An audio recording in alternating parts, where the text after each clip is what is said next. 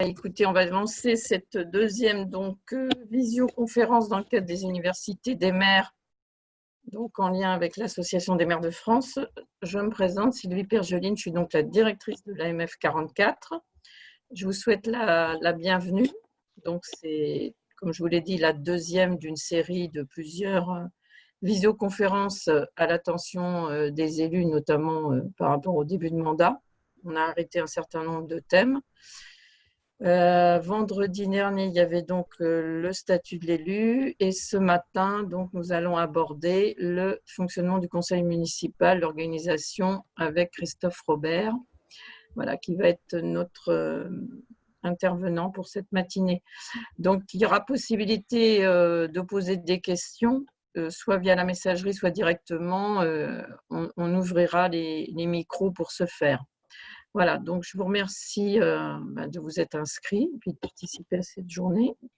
Donc l'AMF est aussi là pour répondre à vos questions au quotidien, les questions juridiques. Nous avons une juriste à temps plein, Magali Poirier, donc il ne faut pas hésiter à la solliciter si vous avez des questions suite à cette visioconférence ou même sur d'autres thématiques.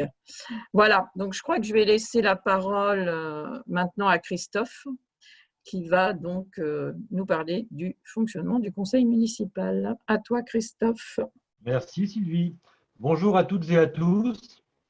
Je vais me présenter en 2 mots, Christophe Robert. Donc moi je suis juriste en fait, enseignant en droit, un ancien de l'Association des maires de France et par ailleurs élu local. Donc ce qui permet de confronter un petit peu la théorie, la pratique, les différents textes. Votre nouvelle Bible, depuis quelques jours, le fameux CGCT, le Code général des collectivités territoriales, on pourra en parler. Alors, je n'ai pas les informations, en revanche, quant au fait que vous soyez ou pas nouvellement élu depuis quelques semaines, ou quelques mois selon d'ailleurs. Donc, ce que je vous propose aujourd'hui, c'est de faire un tour d'horizon des principales questions qui vont se poser en matière d'organisation et de fonctionnement du conseil municipal. Il y a des choses qui n'ont pas changé, certaines qui sont en cours d'évolution et d'autres qui vont être amenées à changer dans les semaines qui viennent. Vous le savez, on sort d'une période un peu particulière avec la gestion du Covid-19. Il y a eu des mesures transitoires, temporaires qui ont été mises en place, mais qui n'ont pas forcément vocation à perdurer. Donc, comme vous le disait Sylvie, je pense qu'il faut que ça reste interactif. Alors, plusieurs possibilités. Soit vous manifestez en levant la main si je peux vous voir. Vous avez effectivement l'onglet chat qui vous permet de poser une question en ligne. On fera un point régulièrement si les choses vous paraissent à développer. Là, dans l'immédiat, on va s'attacher alors à avoir 10 points. 10 points qui devraient permettre de brasser assez large. Un cadre général, très court, on ne va pas être trop juridique, on le sera, mais point trop d'infos. Un petit rappel du qui fait quoi. Alors, le qui fait quoi, je pense maire, adjoint, conseillers municipaux, les agents territoriaux.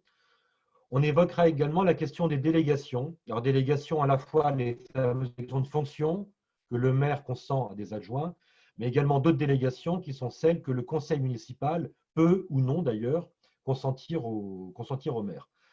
Ensuite, on va s'attacher véritablement à la séance proprement dite, les règles de convocation, l'ordre du jour, la note de synthèse qui va concerner surtout les plus grandes des communes parmi vous, la question du quorum, à partir de quand peut-on ou pas ouvrir la séance, à partir de quand peut-on ou pas délibérer valablement, les règles de vote, quelques mots des risques à éviter.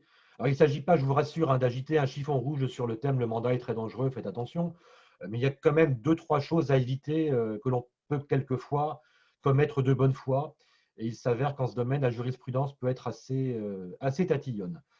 Et on dira enfin un mot du règlement intérieur. On est en pleine actualité. Un règlement intérieur donc, ne concerne pas forcément toutes les communes, mais c'est un document qui va devoir être adopté dans les 6 mois suivant l'installation du conseil. Donc, on est vraiment dans cette période-là. Je vois par exemple chez moi dans ma commune, on va le voter ce soir, le règlement intérieur. Donc ça fait partie des choses à avoir en tête aussi. Alors premier point, cadre général. Quels sont, pour commencer, les différents textes de référence et sources juridiques qui vont nous servir à la fois aujourd'hui et à vous durant votre mandat? Bon, le premier texte de référence incontournable, le fameux CGCT, le Code général des collectivités territoriales, vous le voyez, et vous avez notamment, je ne rentre pas dans le détail, hein, mais toute une série de mesures qui sont prévues aux articles L 2221-29 et suivants du Code général, qui vont prévoir globalement les règles du jeu et le qui fait quoi. À côté de ces règles générales du CGCT, vous allez avoir des circulaires. Là encore, je ne les mentionne pas toutes, ce n'est pas forcément utile. Parmi les plus récentes à avoir en tête, vous avez celle-ci, qui vous est mentionnée en bas à gauche, qui est en fait une note du ministère de l'Intérieur en date du 20 mai dernier, qui va vous récapituler l'ensemble des mesures à prendre par les conseils municipaux suite à leur renouvellement. Et c'est dans ce texte notamment que l'on va trouver les conditions de nomination dans les commissions municipales, dans la CAO, etc., etc. Autre source juridique qui va nous servir, alors qui est un petit peu plus aléatoire, le but de l'opération étant de ne pas en faire les frais, bien entendu, c'est la jurisprudence. En clair, les jugements et les arrêts du Conseil d'État, des cours administratives d'appel, des tribunaux administratifs pour la matière publique. Et dans certains cas de figure, heureusement fort rares, je pense notamment aux questions pénales, on va quelquefois trouver des arrêts de la Cour de cassation. Après, vous avez sur un plan plus pédagogique et peut-être moins juridique, mais tout aussi rigoureux, différents guides pratiques. Alors, j'en parle d'autant plus librement que d'une part, ils sont bien faits et que surtout, ils sont gratuits. Deux notamment tout récents qui sont sortis il y a quelques semaines, à savoir le guide du maire, donc version DGCL. DGCL, c'est la Direction générale des collectivités locales, le ministère de l'Intérieur en fait. Donc vous avez un guide du maire qui doit faire, je crois, pas loin de 600 pages, que l'on peut trouver sur le site web du ministère de l'Intérieur, qui vous sera assez utile, qui sera peut-être un petit peu plus touffu que le guide du maire 2020 de l'Association des maires de France, là pour le coup, outil incontournable, qui va vous brasser un panel donc sur les questions du conseil municipal, mais pas seulement, et tout ce qui va avoir trait finalement à la gestion locale, je pense de l'urbanisme, à l'environnement, au social, etc. Vous avez également, alors là j'en parle aussi, le mensuel Maire de France, qui est la revue de l'AMF.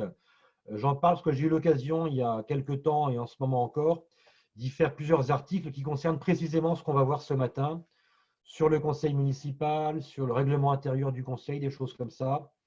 Donc n'hésitez pas à consulter cette revue. Parmi les différentes sources, alors on évoquait le CGCT. Là, vous avez typiquement l'un des principes de base prévus par la loi, donc par nos sources de référence, qui est relatif à la périodicité des séances. Et c'est dans le Code général des collectivités territoriales qu'on va trouver le principe de la réunion à minima une fois par trimestre. Et c'est encore dans ce même code que l'on va trouver le fait que le conseil se réunit en principe à la mairie de la commune. Vous voyez, autant d'indicateurs qui vont vous expliquer un petit peu les règles du jeu par rapport au fonctionnement du conseil municipal. Bon, avant de rentrer vraiment dans le vif du sujet avec ces aspects relatifs à la séance, je pensais utile de vous faire un petit topo, piqûre de rappel ou de découverte selon, sur le qui fait quoi. Qui fait quoi notamment au sein de la mairie, au niveau de l'équipe municipale. Dans les équipes municipales, vous le savez, on va trouver différents, pas échelons, mais différents interlocuteurs. Le maire, donc élu à l'occasion de la première séance.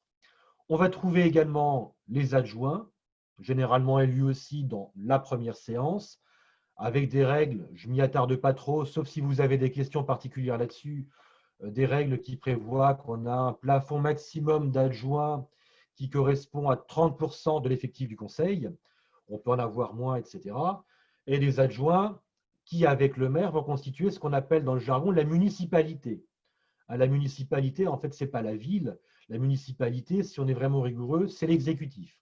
Et l'exécutif, ce sera constitué du maire et des adjoints. Le plus gros des troupes va être constitué en troisième lieu par les conseillers municipaux, qui de fait en nombre sont les plus nombreux. On est à pas loin de 500 000 aujourd'hui en France. On va se rendre compte qu'on peut fouiller un petit peu plus finalement, puisque les conseillers municipaux ne constituent pas un groupe toujours homogène.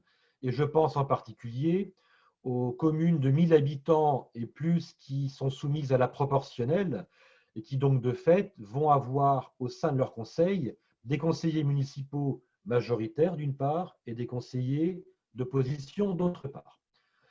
Élément important puisqu'on verra que pour ces derniers, des règles spécifiques peuvent trouver à s'appliquer. Et en quatrième lieu, les agents territoriaux. Je ne vais pas m'étendre dessus, ce n'est pas le sujet vraiment aujourd'hui. Alors, soit on sera dans une grande ville, effectivement, on pourra avoir un DGS, un directeur général des services, soit dans la plupart de nos communes de France à vocation plutôt rurale, on aura souvent des secrétaires de mairie à temps non complet, qui quelquefois vont se partager différentes permanences et autres. Ce qu'il faut bien en retenir, c'est que nos agents territoriaux vont être le bras droit de fait très précieux de nos exécutifs, mais qu'en tout état de cause, le pouvoir ne leur appartient pas en fait. Ils restent des agents de la commune placés sous l'autorité du maire, et sous le contrôle hiérarchique du maire, élément très important. On va un petit peu zoomer sur chacune des trois entités qu'on vient de voir. Le maire, d'une manière générale, les attributions du maire vont être fixées par la loi. On aura l'occasion d'en reparler. Vous avez une liste d'attributions qui, là encore, est déterminée par le Code général des collectivités territoriales, qui va prévoir notamment des compétences en matière de police, en matière d'urbanisme, en matière d'état civil, etc., etc. Et dans un deuxième temps, outre ces attributions légales, ces missions dévolues en fait par la loi au maire, on va trouver un certain nombre d'attributions que le conseil municipal a la possibilité, s'il le souhaite, de confier au maire. On va y revenir dans quelques instants. Attributions prévues par la loi, globalement, on va les résumer en trois, pour faire simple. Premier type d'attribution, le maire va être agent de l'État sur le territoire de la commune, il faut que ce soit bien clair. Deuxième type d'attribution, le maire va être chef de l'administration communale.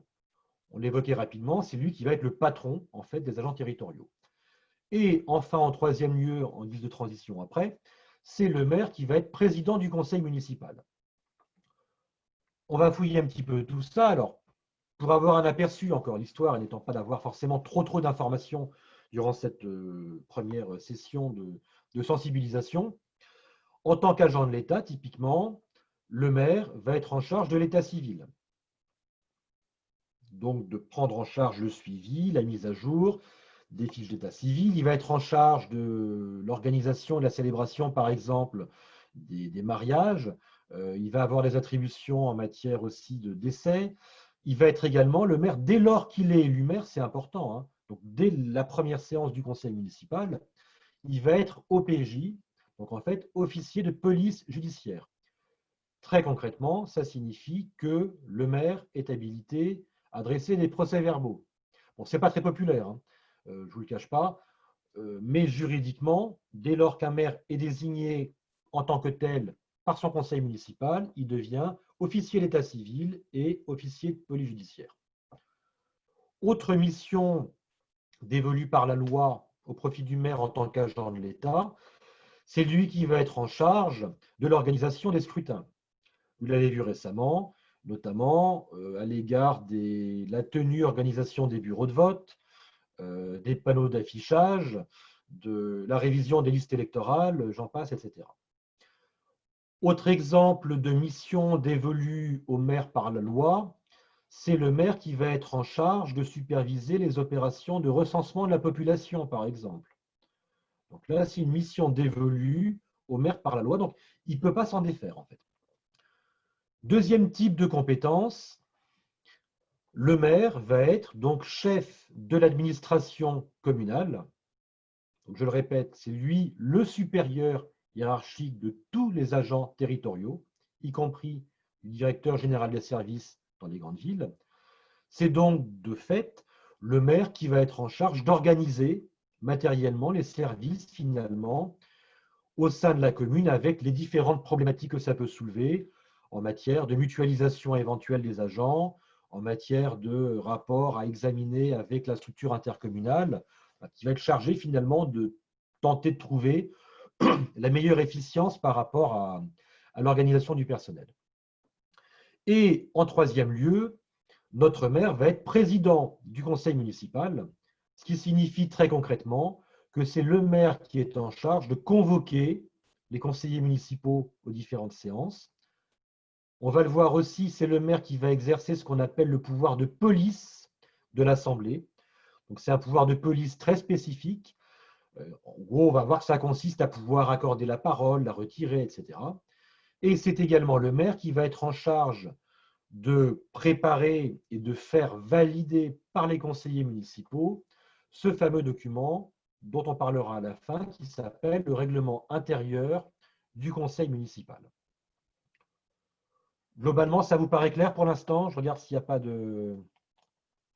d'intervention ou de questions. Bon, je poursuis. N'hésitez pas à m'interrompre si vous avez le souhait que je poursuive un petit peu. Deuxième type d'entité qu'on va trouver dans nos communes, les adjoints. Alors les adjoints, eux aussi, dès lors qu'ils sont élus adjoints par le conseil municipal, donc lors des toutes premières séances du conseil, ils vont devenir de fait, à l'instar du maire, officiers d'état civil. Donc, eux aussi pourront marier, par exemple, et ils deviennent également, à l'instar du maire encore, officiers de police judiciaire. Donc tout comme le maire, sur le papier, en théorie tout du moins, les adjoints peuvent être habilités à dresser des procès-verbaux. Ça, ce sont les missions qui vont être dévolues par la loi. Donc, on est adjoint, on hérite finalement de ces deux missions. Par ailleurs, les adjoints, j'ai bien marqué, peuvent être titulaires d'une délégation de fonction. Ça signifie quoi? Ça signifie tout d'abord qu'il n'y a pas de droit pour un adjoint à avoir une délégation de fonction. Élément important. Ça signifie ensuite plusieurs choses, que la délégation de fonction qui va être confiée par le maire à un adjoint ne pourra porter que sur une mission qui normalement relève de la compétence du maire. On ne peut déléguer que ce que l'on a. Précision importante, le fait que le maire délègue une compétence à un adjoint ne dessaisit pas le maire de cette compétence. Ce qui va justifier dans les faits notamment que les conditions d'exercice d'une délégation par un adjoint soient très étroitement surveillées par le maire. Et il est coutume de dire que les missions conférées par le maire aux adjoints le sont sous sa surveillance et sa responsabilité. Élément très important. Sur un plan strictement formel, les conditions d'octroi d'une délégation de fonction du maire à un adjoint vont s'opérer non pas verbalement, non pas autour d'une table, mais via un acte juridique, à savoir un arrêté municipal. Donc, je pense que nombre d'entre vous doivent être à peu près dans cette période en ce moment. Les adjoints ont été désignés déjà et l'heure est venue pour le maire, ou en tout cas ça a été le cas il n'y a pas très longtemps, de fixer par arrêté municipal l'objet précis des différentes délégations confiées aux uns et aux autres. Précision importante, on peut l'aborder maintenant librement, on est en début de mandat. Bon, vous savez comme moi, sans doute, au début de mandat, c'est tout feu, tout flamme, la municipalité est extrêmement soudée, on a beaucoup de projets, on a un programme, etc. Bon, ça ne dure pas forcément 6 ans. Je pense qu'il faut le savoir au début. Autrement dit, il se peut que durant le mandat, des évolutions soient à prévoir. Il se peut que certains, peut-être très motivés au départ, n'aient pas forcément mesuré l'ampleur des tâches qui leur incombaient en tant qu'adjoint à l'urbanisme, par exemple, à l'environnement ou autre. Donc, dans ce cadre-là, rien n'est figé pour le mandat.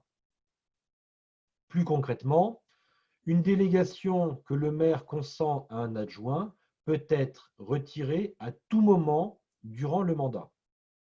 Donc, rien n'est fixe. La jurisprudence, alors, la loi nous dit que le retrait est possible à tout moment, sans motif. sans motivation. On n'a pas à motiver, si vous voulez, la raison pour laquelle un maire retire une délégation à un adjoint. Néanmoins, la jurisprudence, pour sa part, considère qu'on ne peut pas retirer une délégation pour des motifs étrangers au bon fonctionnement du conseil municipal. Donc, autant on ne doit pas justifier par écrit la raison pour laquelle on retire, autant on ne peut pas pour autant retirer pour des considérations personnelles la délégation. Conséquence à avoir en tête lorsque le maire va retirer une délégation de fonction à l'un de ses adjoints, eh bien, le maire va être tenu de convoquer sans délai le conseil municipal, notamment pour une question très précise, à savoir celle de savoir si oui ou non l'adjoint à qui on a retiré la délégation reste ou pas dans ses fonctions d'adjoint. Ce qu'il faut bien avoir en tête, en fait, c'est qu'on a deux entités. C'est l'entité conseil municipal qui va élire les adjoints. C'est le conseil qui fait les adjoints. C'est le conseil qui peut défaire les adjoints. Alors que la délégation, c'est le maire qui l'octroie, c'est le maire qui peut la retirer. On évoquait rapidement tout à l'heure le fait que le nombre d'adjoints, de par la loi, est fixé à un plafond de 30% maximum de l'effectif du conseil. Donc, en réalité, à partir du moment où le maire retire une délégation à un adjoint, on a un adjoint qui, certes, va rester officier d'état civil et officier de police judiciaire, mais qui, en fait, ne servira à rien puisque plus de délégation. Donc, l'idée, c'est dès lors qu'on retire une délégation à un adjoint, le conseil peut décider dans la foulée de lui retirer sa qualité d'adjoint. Quitte, pourquoi pas, dans la foulée, à reprévoir un adjoint pour le remplacer. Mais qu'on ne soit pas en situation d'être bloqué avec un adjoint qui serait dépourvu de délégation. Le gros des troupes, on l'évoquait tout à l'heure, va être en réalité composé des conseillers municipaux. Conseillers municipaux, donc différents rôles. Leur principal rôle va se manifester en fait durant les séances du conseil municipal. On va leur demander d'assister aux séances du conseil municipal. Ils vont être chargés de débattre des différentes affaires soumises à délibération. Et nos conseillers municipaux, bien évidemment, vont être en charge du vote des décisions. Là, c'est vraiment strictement sur le plan conseil municipal. De plus en plus, et j'ai envie de dire, plus les communes vont être importantes sur le plan démographique, plus ça va être tangible en termes de réalité. Une grande partie du travail d'élaboration des délibérations va s'effectuer en fait en amont des décisions et notamment au niveau des commissions. Alors, les commissions, juridiquement, on va en distinguer différents types. Déjà, vous avez deux grandes familles de commissions. Vous avez d'une part ce qu'on appelle les commissions obligatoires, d'autre part ce qu'on appelle les commissions facultatives. Là, je vous ai mis la plus connue des commissions obligatoires, c'est la fameuse CAO, la commission d'appel d'offres. Je ne rentre pas dans le détail. À grands traits, dans les petites communes, la commission d'appel d'offres va être composée du maire et de 3 conseillers. Et dans les villes, elle sera composée du maire et de 5 conseillers municipaux.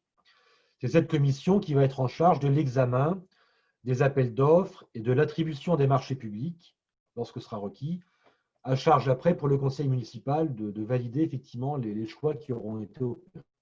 Donc ça, c'est une commission municipale, d'une part, à savoir qui n'est composée que d'élus, en principe, et qui, d'autre part, est obligatoire.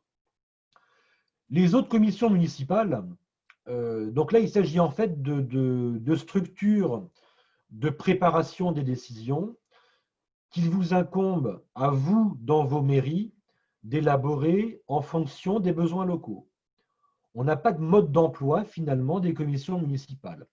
Certains vont souhaiter mettre en place une commission économie et finances, d'autres une commission environnement, d'autres, par exemple, vont faire le choix de rattacher l'urbanisme, la voirie et les travaux. Ça va dépendre vraiment des besoins. L'idée à retenir surtout, c'est que le nombre de membres des commissions est fixé par le Conseil. On pourra avoir 6, 8, 10, 12, 20 membres. On pourra avoir des commissions fermées, des commissions ouvertes. Ça, c'est vous qui choisissez véritablement la manière dont vous décidez de préparer en amont les différentes délibérations du conseil municipal. On a, à côté de ces commissions municipales, alors pareil, hein, rien n'est figé.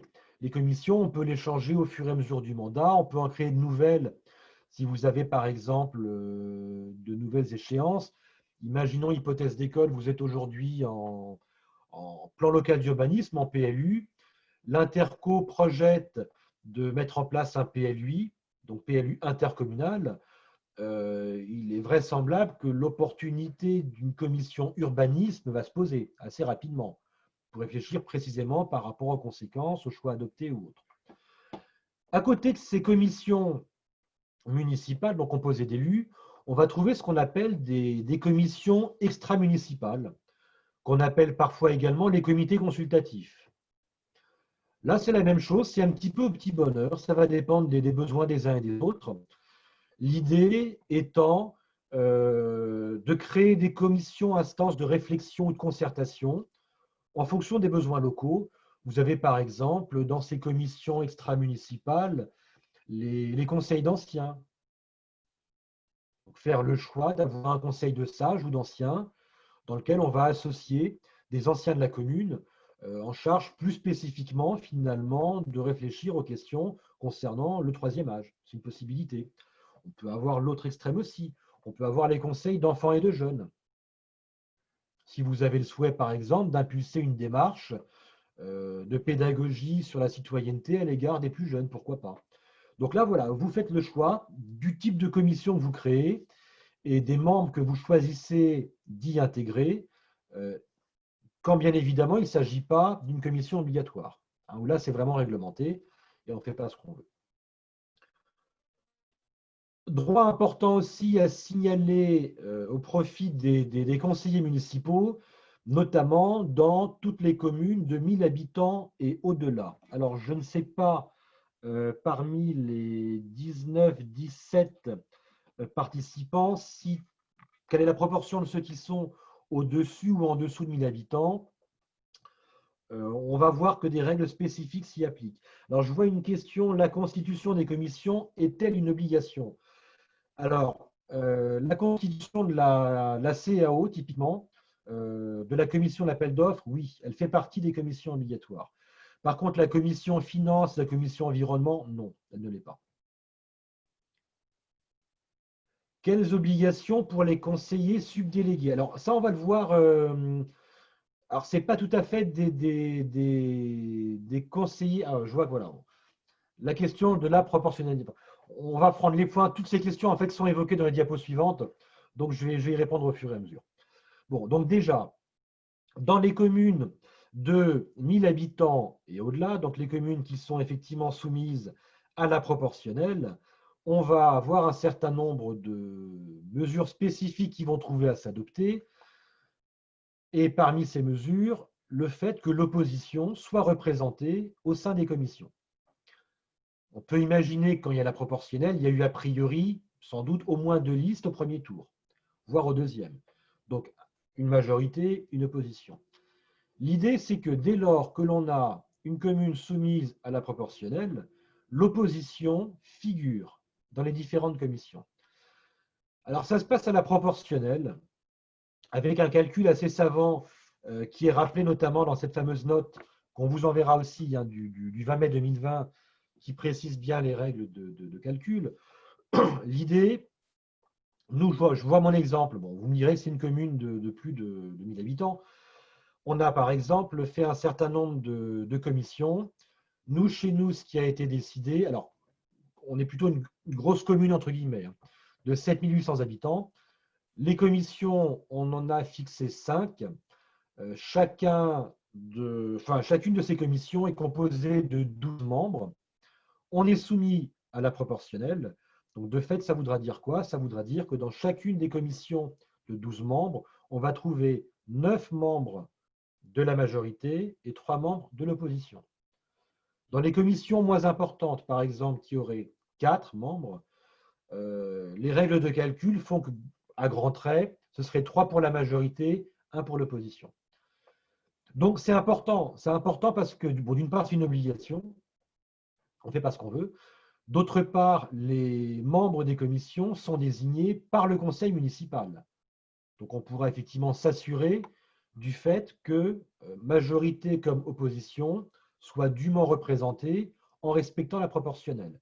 Petite précision qui nous est rappelée d'ailleurs par le ministère de l'Intérieur, dans l'hypothèse d'une petite commission de 4 personnes par exemple, si les règles de calcul font apparaître que l'opposition n'aurait droit qu'à 0,4 représentants, eh bien les textes prévoient qu'on ne peut pas conférer aux opposants moins de 1 siège pour les représenter. Donc, même si la commission est toute petite, on devra avoir au moins un représentant de l'opposition. Dans ces communes de 1000 habitants et au-delà, on va revenir après en détail. Nos conseillers municipaux ont droit à une expression dans les supports d'information. On va le voir, les sites web, les bulletins municipaux, les pages Facebook aussi. Ça, c'est une des découvertes récentes par rapport à la jurisprudence.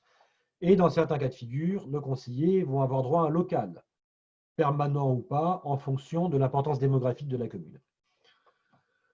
Et dans les organismes extérieurs, nos conseillers vont pouvoir, alors là aussi, ça fait partie des décisions qui sont prises en ce moment, dans les jours qui viennent, où nos conseillers municipaux vont pouvoir être désignés par le conseil municipal pour représenter la commune dans un syndicat, alors je dis n'importe quoi, un syndicat d'électrification, pas un syndicat des eaux, c'est plus compliqué parce que la loi NOTRe a fait qu'effectivement, globalement, ce sont plutôt des communautés à fiscalité propre qui vont avoir la compétence, mais quelquefois dans des conseils d'administration, je vois par exemple, on a le cas chez nous pour des conseils d'administration des écoles, de lycées agricoles, des choses comme ça, où on peut avoir statutairement un représentant de la commune qui est prévu. Alors bien évidemment, lorsque les statuts prévoient qu'il faut un représentant de la commune, bah là pour le coup, on n'a pas de droit en tant qu'opposant d'y avoir un représentant.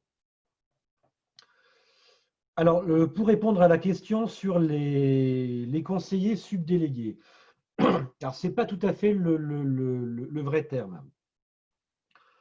On n'a pas véritablement de conseillers subdélégués. En fait, on a le maire, les adjoints, les conseillers municipaux de la majorité et de l'opposition, et la possibilité, je dis bien la possibilité, à condition que tous les maires soient pourvus d'une délégation, donc possibilité pour le maire de confier une délégation de fonction à un ou plusieurs conseillers municipaux.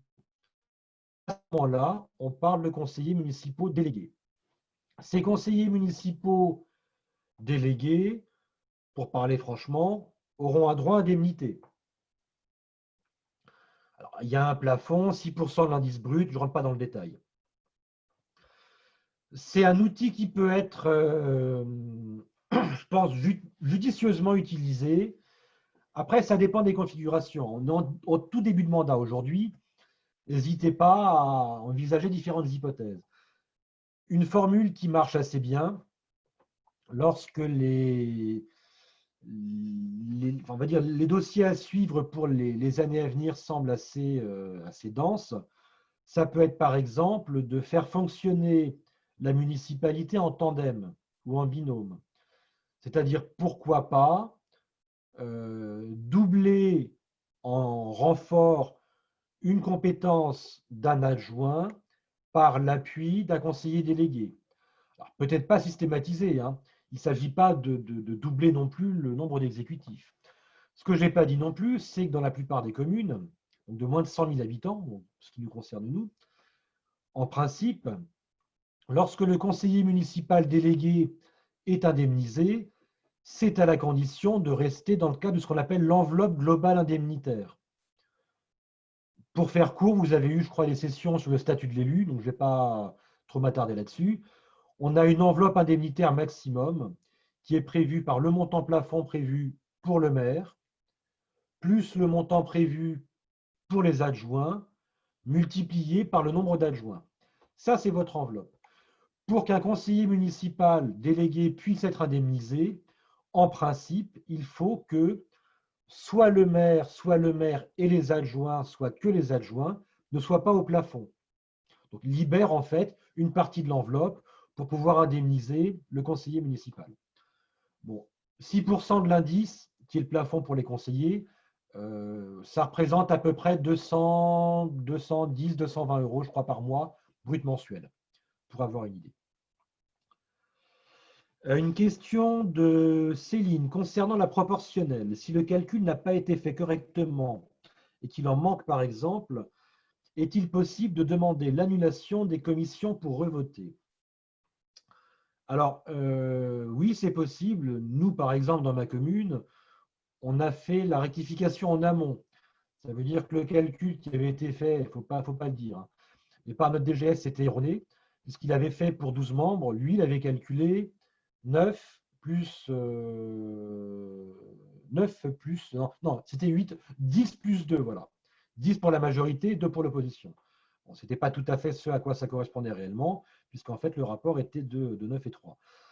Donc, quand vous faites ce calcul, d'ailleurs, la circulaire vous invite bien à tout ce qui va être à la fin répartition du plus fort reste, à le faire à la main.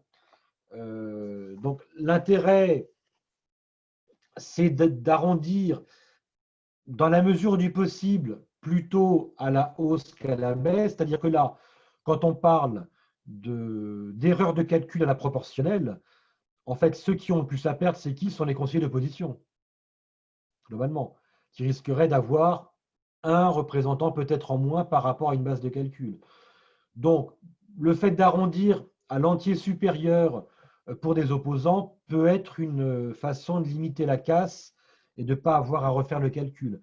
Maintenant, oui, si effectivement vous vous rendez compte que la commission a été mise en place et que sa composition ne reflète pas le respect de la proportionnelle, eh bien, un opposant serait en droit de demander devant la juridiction administrative l'annulation de la délibération procédant au vote des différents membres de la commission. Autant éviter, j'ai envie de dire, autant. S'il y a un doute, on peut rectifier à tout moment. De même qu'en fonction des commissions, on ne l'a pas évoqué, mais vous avez la possibilité ou pas de prévoir des suppléants. Alors pour la CAO, c'est obligatoire. Mais pour les commissions municipales, maison, commission environnement, commission finance, il n'y a pas d'obligation. Donc on peut évoluer là encore au fur et à mesure de l'évolution du mandat, étant entendu, je le rappelle, hein, que l'obligation d'avoir des opposants ne concerne que les communes au-dessus de 1000 habitants. En dessous, ça peut être un choix, mais ça justifiera donc que tout ce qui sera décision stratégique aura été présenté devant toutes les tendances du conseil municipal avant d'être soumise au vote en fait devant les conseillers en tant que tels. C'est plus compliqué, je ne rentre pas dans le détail, lorsque vous avez, donc là ça concerne des grandes villes, donc ça ne va pas forcément être trop notre cas, mais des situations dans lesquelles il y a plusieurs groupes d'opposition. Alors là, normalement, on devrait avoir une représentation des différentes tendances des opposants au sein des commissions. Ce qui, vous le comprenez bien, peut être très compliqué si vous avez une grande ville avec une commission de 4 membres seulement. Là, il s'agira peut-être, pourquoi pas, le cas échéant, d'élargir le nombre de membres de la commission pour prévoir éventuellement l'intégration d'opposants au sein de ces différentes commissions. Bon, j'avance un petit peu pour qu'on puisse respecter notre timing à partie. Autre élément, alors qui se pose tout le temps, hein, ça on l'a systématiquement. Alors avant peut-être une question, le compte rendu d'une commission est-il obligatoire? Une relecture avant publication des élus d'opposition est-elle obligatoire? Si oui, où est-il publié et où est-elle accessible au public? Donc la réponse est non. Les commissions font absolument ce qu'elles veulent. C'est-à-dire que d'une part, elles font ce qu'elles veulent en matière, enfin elles font ce qu'elles veulent, bien évidemment en ayant eu l'aval du conseil municipal. Mais la commission, si vous voulez, c'est un mode de travail, un mode de gouvernance. Alors, qui a l'avantage de la souplesse, de l'efficacité, qui a quand même, il faut bien l'admettre, un gros inconvénient, qui est celui de limiter la transparence des travaux. Autant on va le voir, par exemple, les séances du conseil municipal sont publiques, autant les séances des commissions, elles ne sont pas publiques. On peut les ouvrir, si on veut, au public, mais juridiquement, il n'y a aucune obligation de rendre les travaux des commissions publics. Donc, le degré de transparence, le fait de faire un compte-rendu ou pas, ce sera plus de la pratique locale que de l'obligation juridique. Par ailleurs, les documents qui auraient pu être élaborés par les différentes commissions, alors de deux choses l'une, soit on considère que ce sont des travaux internes à la commission, auquel cas ces documents ne sont déjà pas communicables au public, dans la mesure où ils vont constituer ce qu'on appelle juridiquement des documents préparatoires à une décision. Donc la loi de 78, qui a consacré en fait les conditions d'accès aux documents administratifs, prévoit que le principe, c'est la communication des documents, mais à la condition que ce soit des documents finis. On n'a pas l'obligation de communiquer des documents préparatoires à une décision. Donc, on n'a pas le droit, en tant que membre du public, en tant que citoyen, d'avoir accès à ces documents. Tel peut ne pas être le cas, par contre, pour des conseillers. Vous avez, par exemple, lorsque vous êtes conseiller municipal, même d'opposition, le droit d'obtenir consultation ou copie d'un projet de contrat qui va être voté en conseil municipal. Si vous êtes administré lambda, vous avez droit à rien du tout. Vous aurez droit éventuellement à la copie du contrat du marché public une fois qu'il sera adopté officiellement, mais vous n'avez pas droit au projet de contrat qui juridiquement va constituer un document préparatoire à une délibération. Donc double régime finalement entre selon qu'on soit citoyen lambda ou élu municipal. Alors, par manque de transparence, une délibération peut donc être bloquée en conseil municipal si les élus d'opposition n'ont pas été informés. Oui. Alors, oui, oui sur le papier, à la condition pour les élus d'opposition d'être suffisamment nombreux pour retoquer le vote et la délibération. Encore une fois, qui va dire délibération va dire avec de majorité qu'on va voir après et de blocage éventuel. Mais si la majorité, mettons le cas de figure ultime, prépare une délibération dans le cadre d'une commission qui aurait été plutôt restreinte dans sa composition, propose au vote une délibération qui en fait a été quasiment verrouillée déjà en commission antérieurement, après le Conseil est libre, en fonction de sa composante, de dire bah, oui ou non, on est d'accord pour la voter. Donc sur le papier, de toute façon, la règle du jeu est peut-être injuste, mais c'est la majorité qui tranche. Quand bien même on pourrait considérer que les conditions d'élaboration auraient pu être un petit peu plus démocratiques, un petit peu plus ouvertes. Donc la notion de manque de transparence, elle est très contingente. Les opposants vont trouver que ce n'est pas assez transparent. Pour les majoritaires, ce sera très transparent parce qu'effectivement, il y aura eu un travail en commission. Donc voilà, ça va dépendre du point de vue duquel on se place. Alors, autre élément important par rapport aux conseillers au sens large, donc maire adjoint et conseillers municipaux. Il n'est pas rare qu'on se rende compte qu'au fur et à mesure du mandat, la motivation des uns et des autres de départ n'est pas forcément la même. Je m'explique, il se peut que l'assiduité fasse défaut au bout de quelques mois, j'espère pas, mais quelques années. À ce titre, deux éléments importants. Vous avez dû avoir lecture durant la première séance du conseil municipal dans vos communes respectives de ce fameux document qu'on appelle la charte de l'élu local. Un document qui n'est pas d'une valeur juridique contraignante, seule la lecture de la charte est une obligation, mais dans cette charte, on va trouver notamment un article 6 qui nous dit, vous le voyez indiqué à l'écran, l'élu local participe avec assiduité aux réunions de l'organe délibérant et des instances au sein desquelles il a été désigné. On est sur une obligation, on va dire, éthique par rapport à l'assiduité. Quelquefois, des élus, des maires en l'occurrence, hein, se demandent si il ne serait pas possible éventuellement de démissionner d'office un conseiller municipal qui serait trop souvent absent. Donc la réponse est non. La réponse est très clairement non.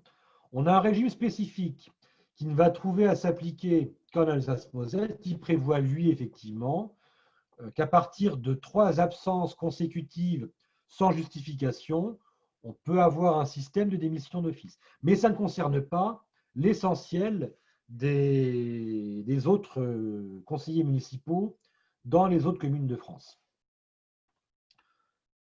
Donc, c'est une obligation morale, éthique. Il peut être bon quand même au maire de la rappeler à ses troupes régulièrement.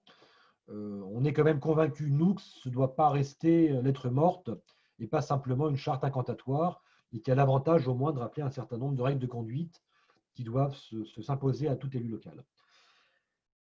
Alors, autre question, quelles sont les obligations de confidentialité d'un élu? Ça, on va le revoir par rapport au risque après. Donc, je vais y répondre, mais dans un deuxième temps. Les droits d'opposition, donc, pour qu'on ne soit pas trop long là-dessus, je vous ai fait un petit tableau. Alors, il est intéressant. Les sources juridiques, bien évidemment, sont toujours celles du Code général des collectivités territoriales. En fait, ce petit tableau vous présente le contenu des droits des opposants en fonction de l'importance démographique de la commune. C'est intéressant pour savoir, d'une part, ce à quoi on a droit et à partir de quel seuil, mais c'est surtout intéressant, à contrario, pour savoir ce à quoi on n'a pas droit, en dessous d'un certain seuil. Donc là, déjà concrètement, les conseillers d'opposition dans les communes de moins de 1000 habitants, ils ont droit à rien du tout, puisque la loi ne reconnaît des droits au profit des conseillers qu'à partir d'un seuil fixé à 1000 habitants. À partir de 1000 habitants, en particulier, les opposants vont avoir droit à ce qu'on appelle un espace d'expression sur tous les supports de communication institutionnels de la collectivité. Quels sont ces supports? Alors, il faut les prendre au sens très large, hein. Et la jurisprudence, d'ailleurs, va dans ce sens-là. En fait, on vous dit que ça concerne les supports d'information, quel que soit le support utilisé. Concrètement, le papier, le bulletin municipal, mais également le numérique, le site Internet. La jurisprudence est venue accroître encore le champ d'application de ce droit en disant que dès lors qu'une commune possédait une page Facebook, les opposants y ont un droit d'expression. Alors, comment l'appliquer? C'est un peu compliqué. Et globalement, on comprend bien que c'est un support d'information institutionnel de la commune. Donc, de ce fait, ça doit être un espace d'expression de la majorité, du maire, mais également des opposants. Ensuite, plus on monte dans les strates démographiques, plus les besoins, les droits des élus municipaux vont être renforcés. À partir de 3500 habitants, les élus d'opposition ont droit au prêt gratuit, donc gratuité important, deuxièmement, d'un local commun. Commun, ça veut dire quoi? Ça veut dire que ce n'est pas un local par opposant, ce n'est pas non plus un local par groupe d'opposition, ce n'est pas non plus un local permanent. C'est le prêt ponctuel d'une salle en mairie annexe, en salle des fêtes ou autre chose, pour leur permettre de travailler, de discuter, etc. Ce qui veut donc dire, à contrario, qu'en dessous de 3500, on n'a pas droit à ce local commun. À partir de 10 000 habitants, le local, il devient permanent. Donc, ça n'est que dans les villes de 10 000 habitants et au-delà que les habitants, les conseillers d'opposition, pardon, peuvent demander à avoir un local permanent. Ce qui veut bien dire qu'en dessous, ce n'est pas un local permanent. c'est un local permanent, mais un local, c'est tout. Ce n'est pas la machine à café, la photocopieuse, etc. Puisque ça, effectivement, la machine à café éventuellement et la photocopieuse, ce sera un droit pour les opposants, mais à partir du seuil de 100 000 habitants et au-delà. Vous voyez, on comprend bien, en fait, à contrario, ce à quoi on peut prétendre. Et parfois, vous êtes dans des petites communes de 1500 habitants, des opposants qui vous demandent où se trouve leur salle, ils ont droit de copie, etc. Non, non, non, ils n'ont pas droit à tout ça. Ils ont droit simplement à l'espace d'expression, voire éventuellement le local commun. Ça vous paraît clair sur le volet rapport majoritaire-opposant, globalement? Oui. Bon, s'il y a besoin, n'hésitez pas à m'interpeller sur la partie de chat et outils de conversation. Autre élément important, les délégations. On les a rapidement évoquées tout à l'heure dans les rapports maire et adjoint. Les délégations, donc, là, vous avez le récap de ce qu'on a vu tout à l'heure. Lorsqu'on parle de délégation de fonction du maire aux adjoints, donc les bénéficiaires, ce sera les adjoints. Ça peut être, et c'est là qu'on parle effectivement de conseillers municipaux délégués plus que subdélégués, hein, retenez bien, délégués. Donc, ils pourront être titulaires d'une délégation directement confiée par le maire aux adjoints. L'objet, une mission du maire. Retenez aussi qu'en termes d'attribution, l'objet de la délégation peut être partagé. Par exemple, si vous conférez une délégation en matière d'urbanisme, elle peut tout à fait être partagée entre deux adjoints. L'idée à ce moment-là, c'est, pour des raisons de commodité, indiquer une priorité. Par exemple, Monsieur X sera délégué à l'urbanisme et Madame Y en appui à Monsieur X, etc., etc. De façon à prévoir, par exemple, des absences, des remplacements, des choses comme ça, mais toujours avoir quelqu'un qui soit délégué sur la matière en question. Et donc voilà, marquer une priorité pour qu'il n'y ait pas de confusion dans l'exercice des pouvoirs. On peut la modifier à tout moment. Ça, c'est important. Je pense que c'est important. Je pense même que c'est sain. Je me répète, mais en début de mandat, les élus municipaux qui deviennent adjoints n'ont pas forcément la mesure de l'ampleur des tâches qui les attend. Donc, il n'est pas absurde de modifier les contours d'une délégation au fur et à mesure du mandat. Voire, pourquoi pas, on peut tout à fait aussi changer complètement de délégation. Quelqu'un qui était pressenti pour être délégué aux affaires sociales et qui en fait se rend compte que soit ça ne l'intéresse pas, soit l'enjeu est moindre parce que par exemple, on est passé d'un centre communal d'action sociale à un centre intercommunal d'action sociale et il a le sentiment que la commune a moins de rôle à jouer et que de ce fait, il préférait être en charge de la petite enfance ou autre chose. On peut changer au fur et à mesure du mandat l'objet des délégations. Procédure arrêté municipal, donc il y a un acte, hein, c'est important. Et la durée, on l'évoquait, soit c'est temporaire, honnêtement c'est assez rare, ça peut être temporaire, ça peut être pour 1 an, 2 ans, 3 ans. Quand on ne précise pas de durée, c'est en principe pour toute la durée du mandat, les 5 ans et demi, enfin les 6 ans.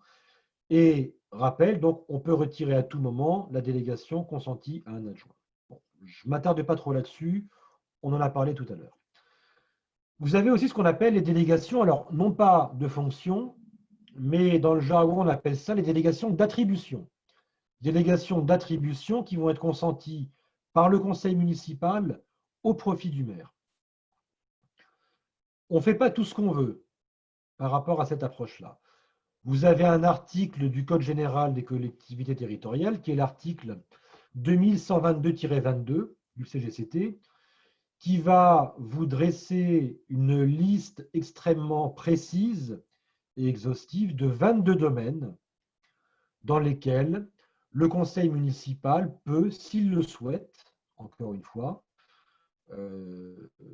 confier une délégation supplémentaire au maire. Je n'ai pas mis les 22 domaines, hein, ce serait un petit peu trop long.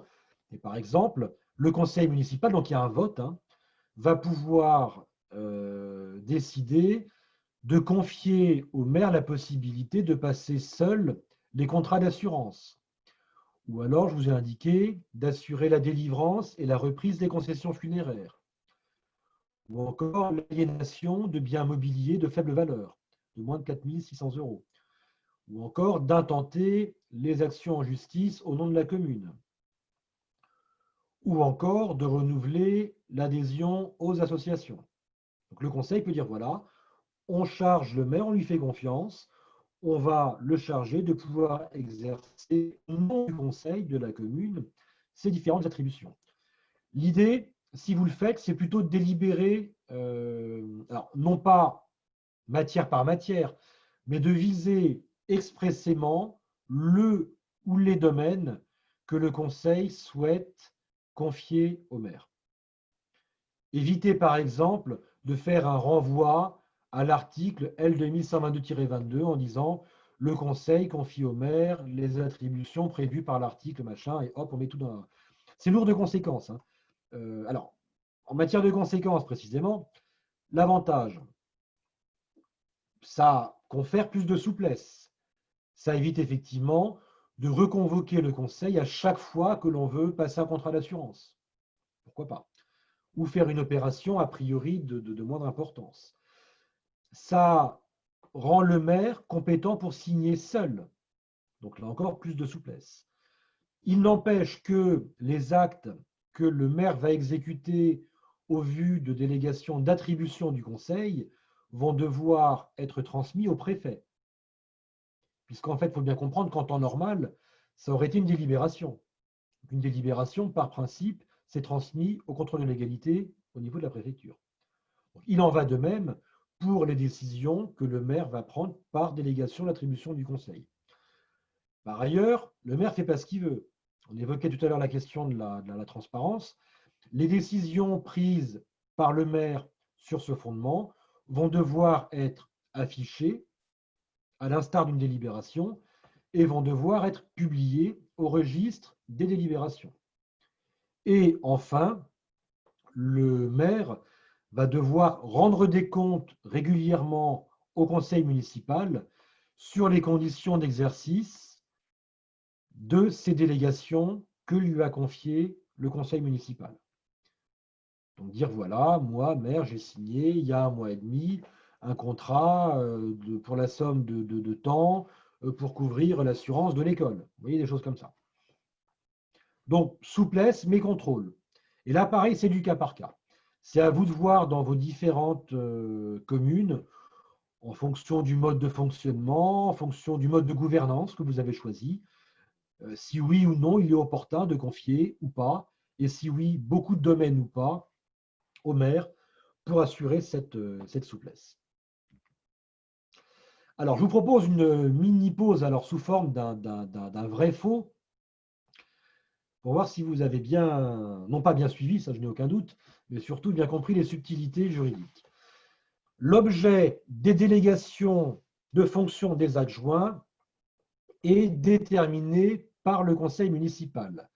Est-ce que d'après vous, c'est vrai ou est-ce que d'après vous, c'est faux?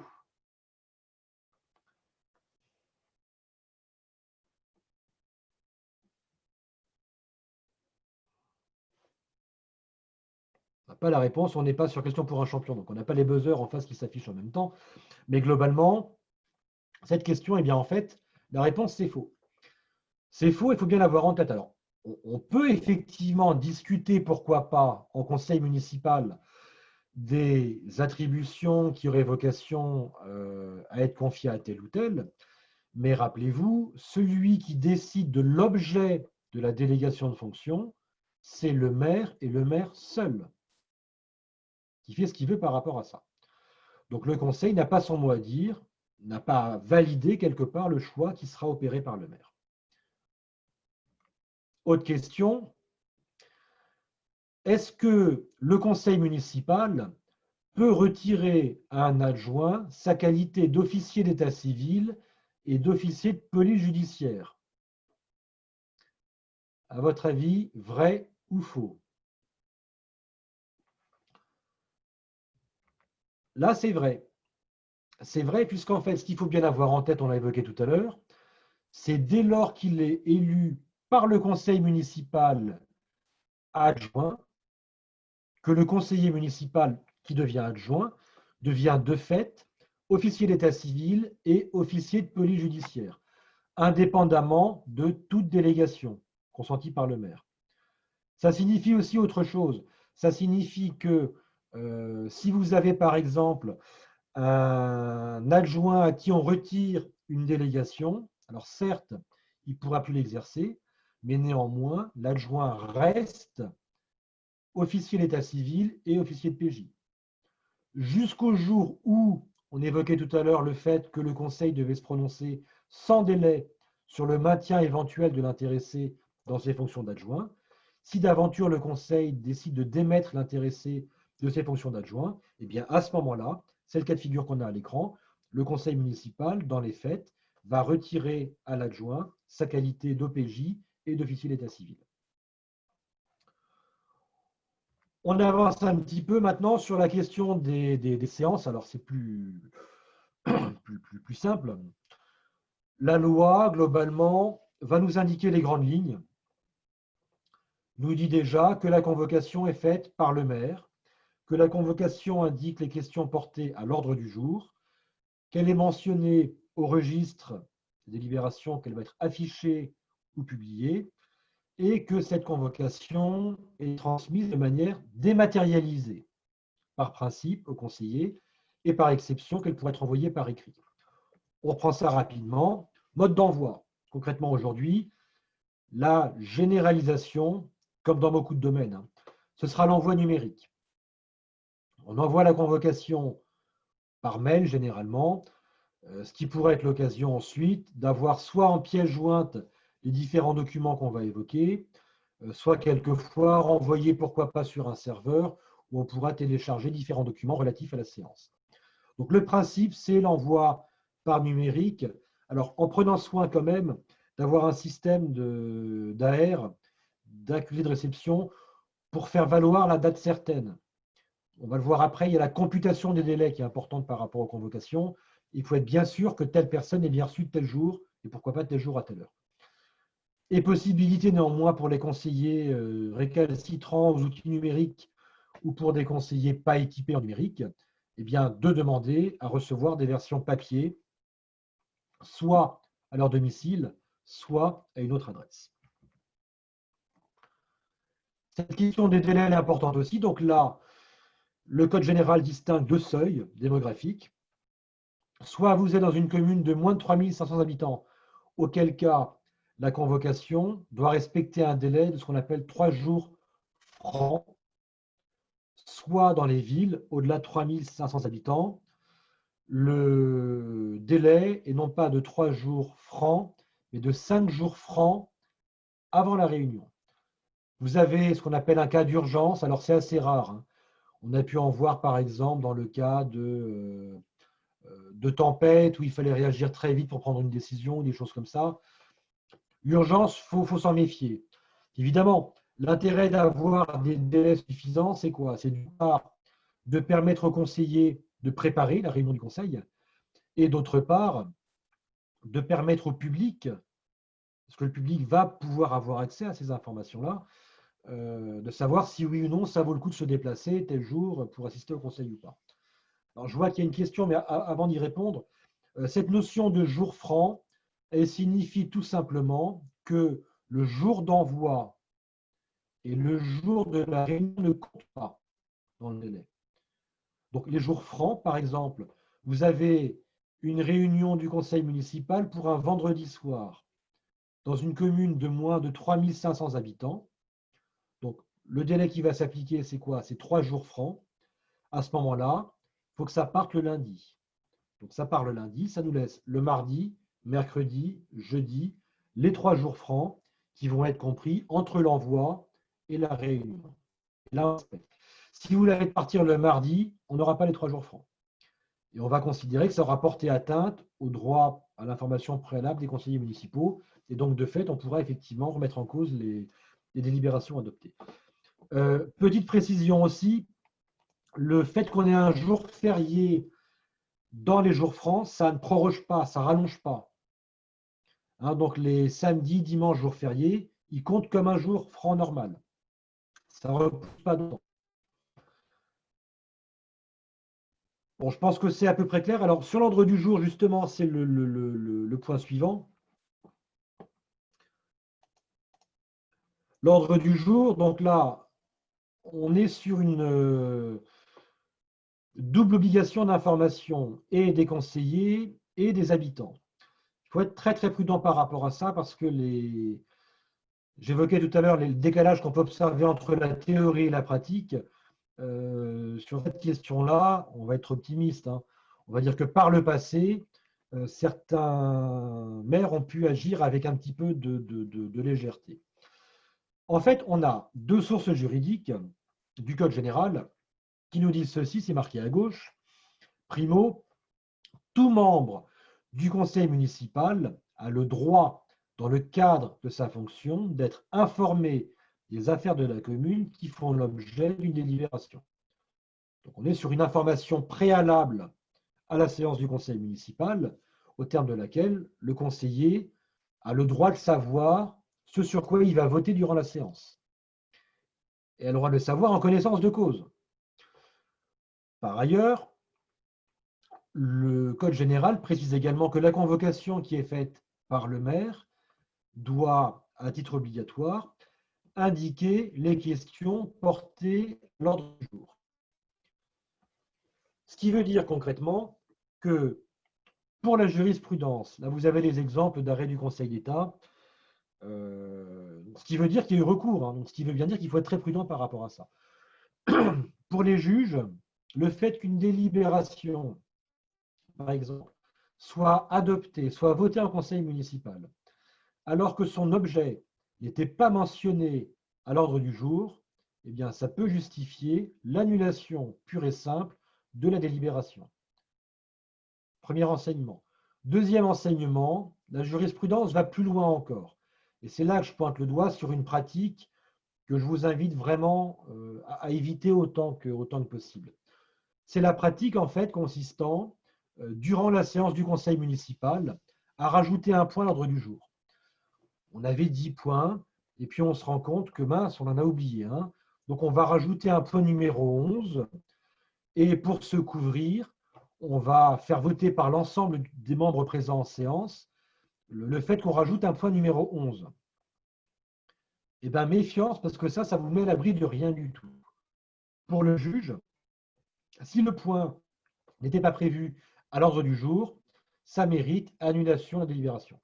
Donc, quand bien même ça aurait été validé par le Conseil, et quand bien même, ajoute la jurisprudence, il s'agit d'un point mineur.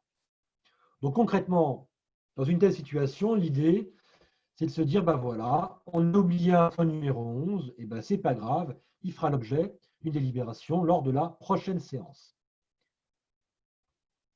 Donc, soyez prudents par rapport à ça, parce que le risque de recours, à la limite, on le voit bien, il ne vient pas tellement d'un conseiller municipal. Si tous les conseillers municipaux ont approuvé unanimement le fait qu'on rajoute un point, il y a peu de chances qu'ils attaquent derrière, encore que, on est à l'abri de rien. En revanche, un habitant pourrait parfaitement attaquer. Rappelez-vous, l'ordre du jour, et là, pour répondre à la question effectivement de Juine sur le réseau, alors il n'y a pas d'obligation d'afficher sur le site web, par contre, il y a obligation d'afficher à minima, au niveau de la mairie, la convocation et les points sur lesquels ça portera. Donc retenez bien, double l'obligation d'information. On informe les conseillers ce sur quoi ils vont voter, et d'autre part, on informe le public de ce sur quoi portera la séance du conseil. Et bien évidemment, en fonction de l'objet de la séance, les habitants vont ou pas se déplacer, par exemple. Donc, élément important. Autre document, alors qui lui, fort heureusement, ne concerne pas toutes les communes de France, c'est ce qu'on appelle la note de synthèse.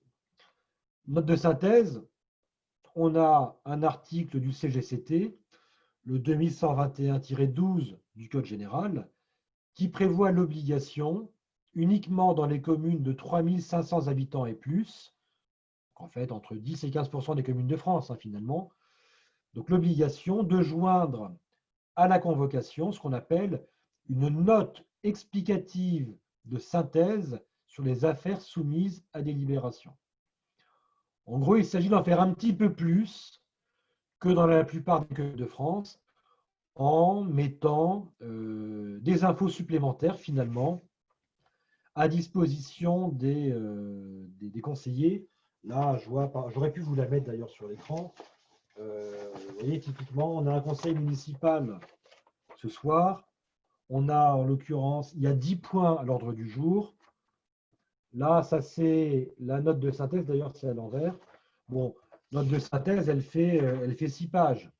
Ce n'est pas non plus un recueil de 50 pages. Trop d'infos, tu l'info. Donc l'idée, c'est, en quelques lignes, simplement, présenter aux conseillers municipaux les tenants et aboutissants des délibérations qui vont être à voter. En revanche, il ne faut pas l'oublier, parce que pour la jurisprudence, là encore, vous avez sur la droite mention d'un arrêt du Conseil d'État, le fait d'oublier la note de synthèse ou de ne pas présenter dans la note l'un des points qui est évoqué à l'ordre du jour constitue ce qu'on appelle une formalité substantielle. En clair, ça peut justifier l'annulation de la délibération. Le juge partira du principe que les conseillers n'ont pas pu voter en connaissance de cause. Donc, ne l'oubliez pas. Après, on n'a pas de définition juridique de ce qu'est une note de synthèse. La jurisprudence, en fait, au cas par cas, va voir si oui ou non c'est suffisamment précis, notamment, pour permettre aux conseillers de comprendre les motifs, les conditions et la portée de la décision. Et là, vous avez une décision de la Cour administrative d'appel de Lyon qui nous dit notamment qu'une simple note de présentation qui se borne à donner une indication générale sur l'objet du projet, ça ne va pas suffire. On va considérer que la note de synthèse n'aura pas été suffisamment informative quelque part à l'égard des conseillers. Donc prudence par rapport à ce document qui, encore une fois, ne concerne pour l'heure que les communes de moins de 3500 habitants. Alors, micro-parenthèse, là, le seuil de 3500 habitants, il existe encore aujourd'hui dans le Code général, parce qu'auparavant, la proportionnelle ne s'appliquait qu'à partir du seuil de 3500 habitants. Ce qu'il faut bien avoir en tête, c'est que la logique voudrait que toutes les références faites dans la loi au seuil de 3500 et plus, à terme, deviennent des références au seuil de 1000 habitants et plus. Puisqu'en fait, vous le savez maintenant, la proportionnelle s'applique dans toutes les communes de 1000 habitants et au-delà, et non pas les communes de 3500 et au-delà. Donc concrètement, pour les, je crois, il y a 5400 communes de mémoire qui sont dans le seuil entre 1000 et 3500. Préparez-vous à cette contrainte dans les, peut-être pas mois, mais en tout cas années qui viennent. Autre élément, le quorum. Bon, les règles sont assez simples, plus simples en tout cas que la petite icono que vous avez derrière pour illustrer cette thématique. La loi nous dit plusieurs choses, donc le code général, quand je dis la loi. Premièrement, on nous dit le conseil municipal ne délibère valablement que lorsque la majorité de ses membres en exercice est présente. La majorité des membres, ça veut dire quoi? Ça veut dire plusieurs choses. D'une part, ça signifie que les conseillers absents, mais qui seraient représentés par un mandataire, donc par un conseiller qui aurait un pouvoir ou une procuration, ne sont pas pris en compte dans le calcul des présents.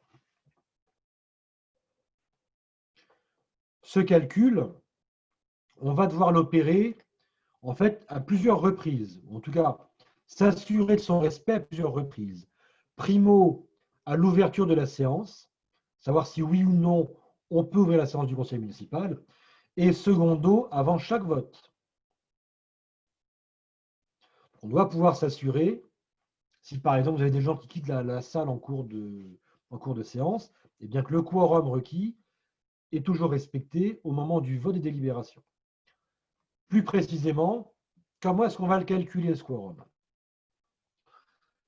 Eh bien, la loi donc, qui nous parle de cette notion de majorité des membres en exercice, concrètement, ça signifie que cette majorité va être atteinte à partir de l'instant où le nombre de conseillers en exercice présents dans la salle et, je vous l'ai marqué en gras, supérieur à la moitié du nombre des membres en exercice.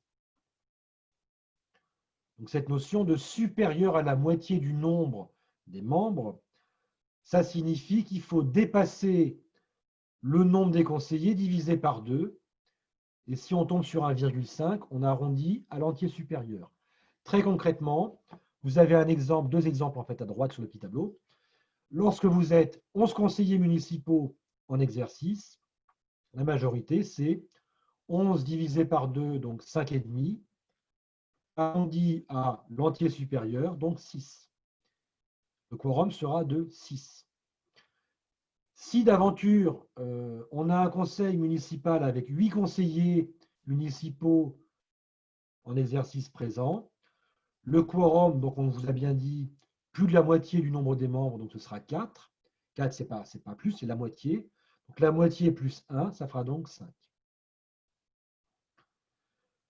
L'idée, donc, on ne peut délibérer qu'à partir de l'instant où le quorum qu'on vient d'évoquer est bien respecté. Vous avez une exception à cette règle. Donc, s'il n'y a pas le quorum, on ne peut pas voter. Si on ne peut pas voter, on va donc reconvoquer le conseil municipal.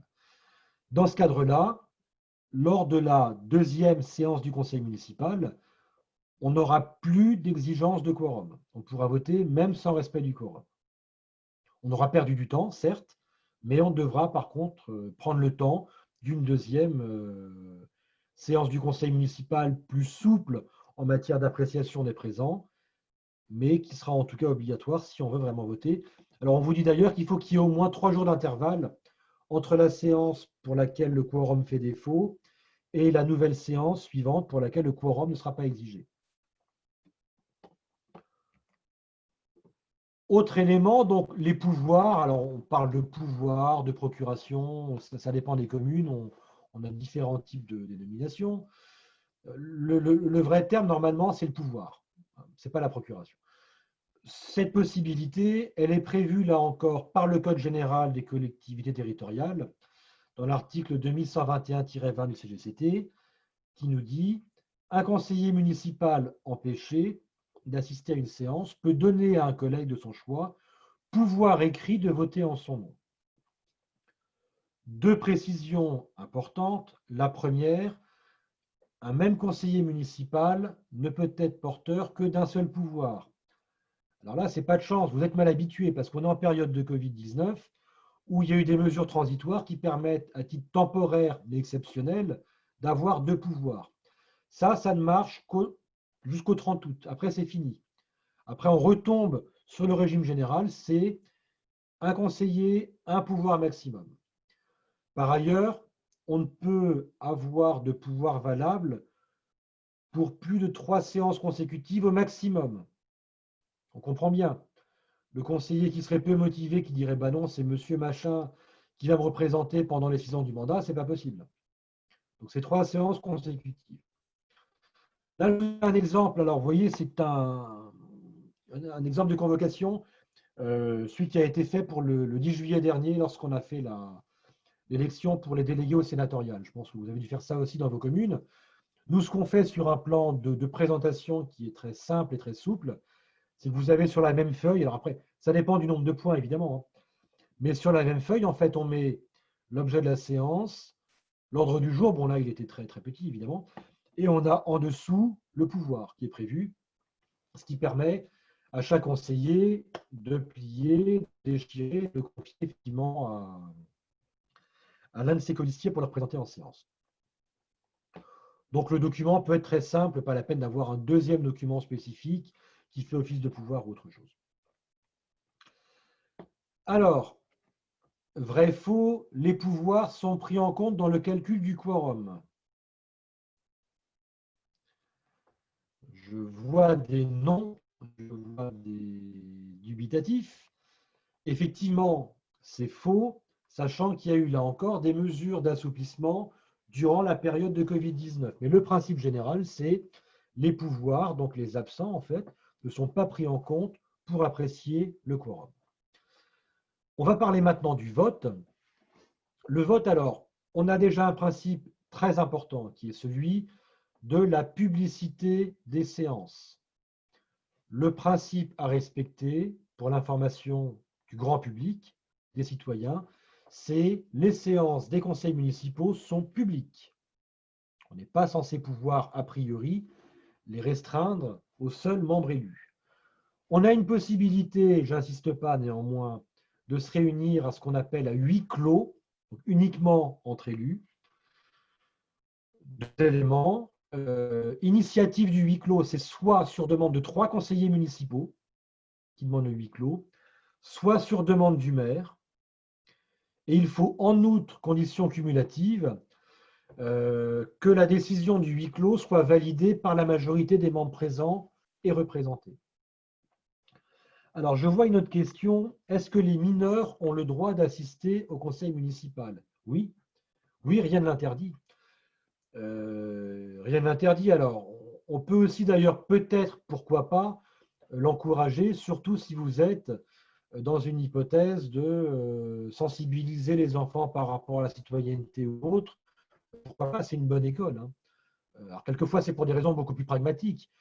C'est parce que si papa ou maman travaille, etc., et ben, le petit sera, entre guillemets, gardé en accompagnement de maman ou de papa qui va assister à la séance du conseil municipal. Bon, mais là, on est d'accord, hein, c'est dans le public. Hein, ce n'est pas autour de la table des parents qui sont élus. Il faut que ça reste dans des proportions raisonnables.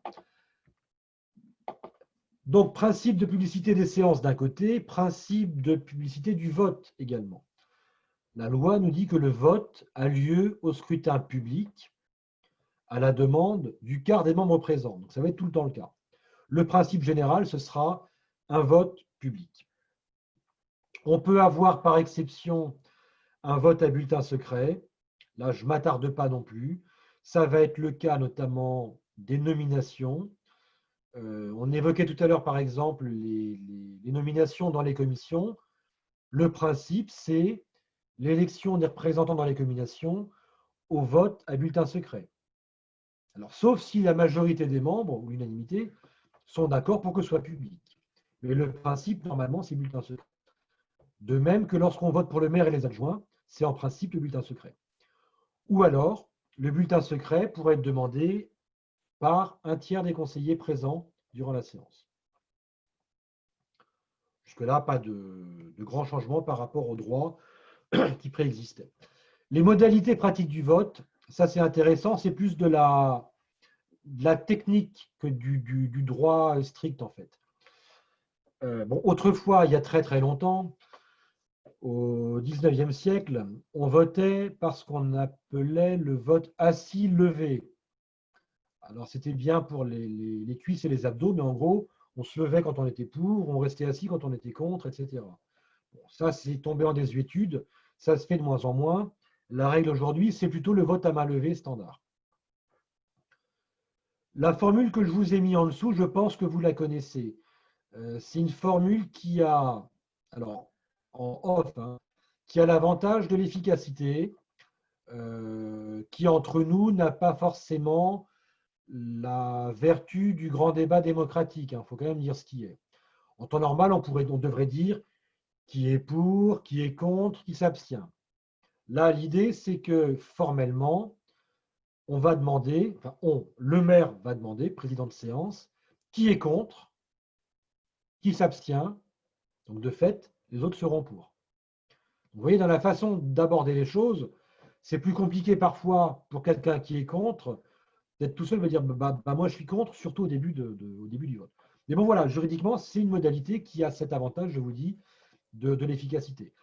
Ce qu'on retrouve, alors ce qu'on commence à trouver, hein, aujourd'hui, et je pense que ça, c'est le sens de l'histoire, ce sera le vote électronique.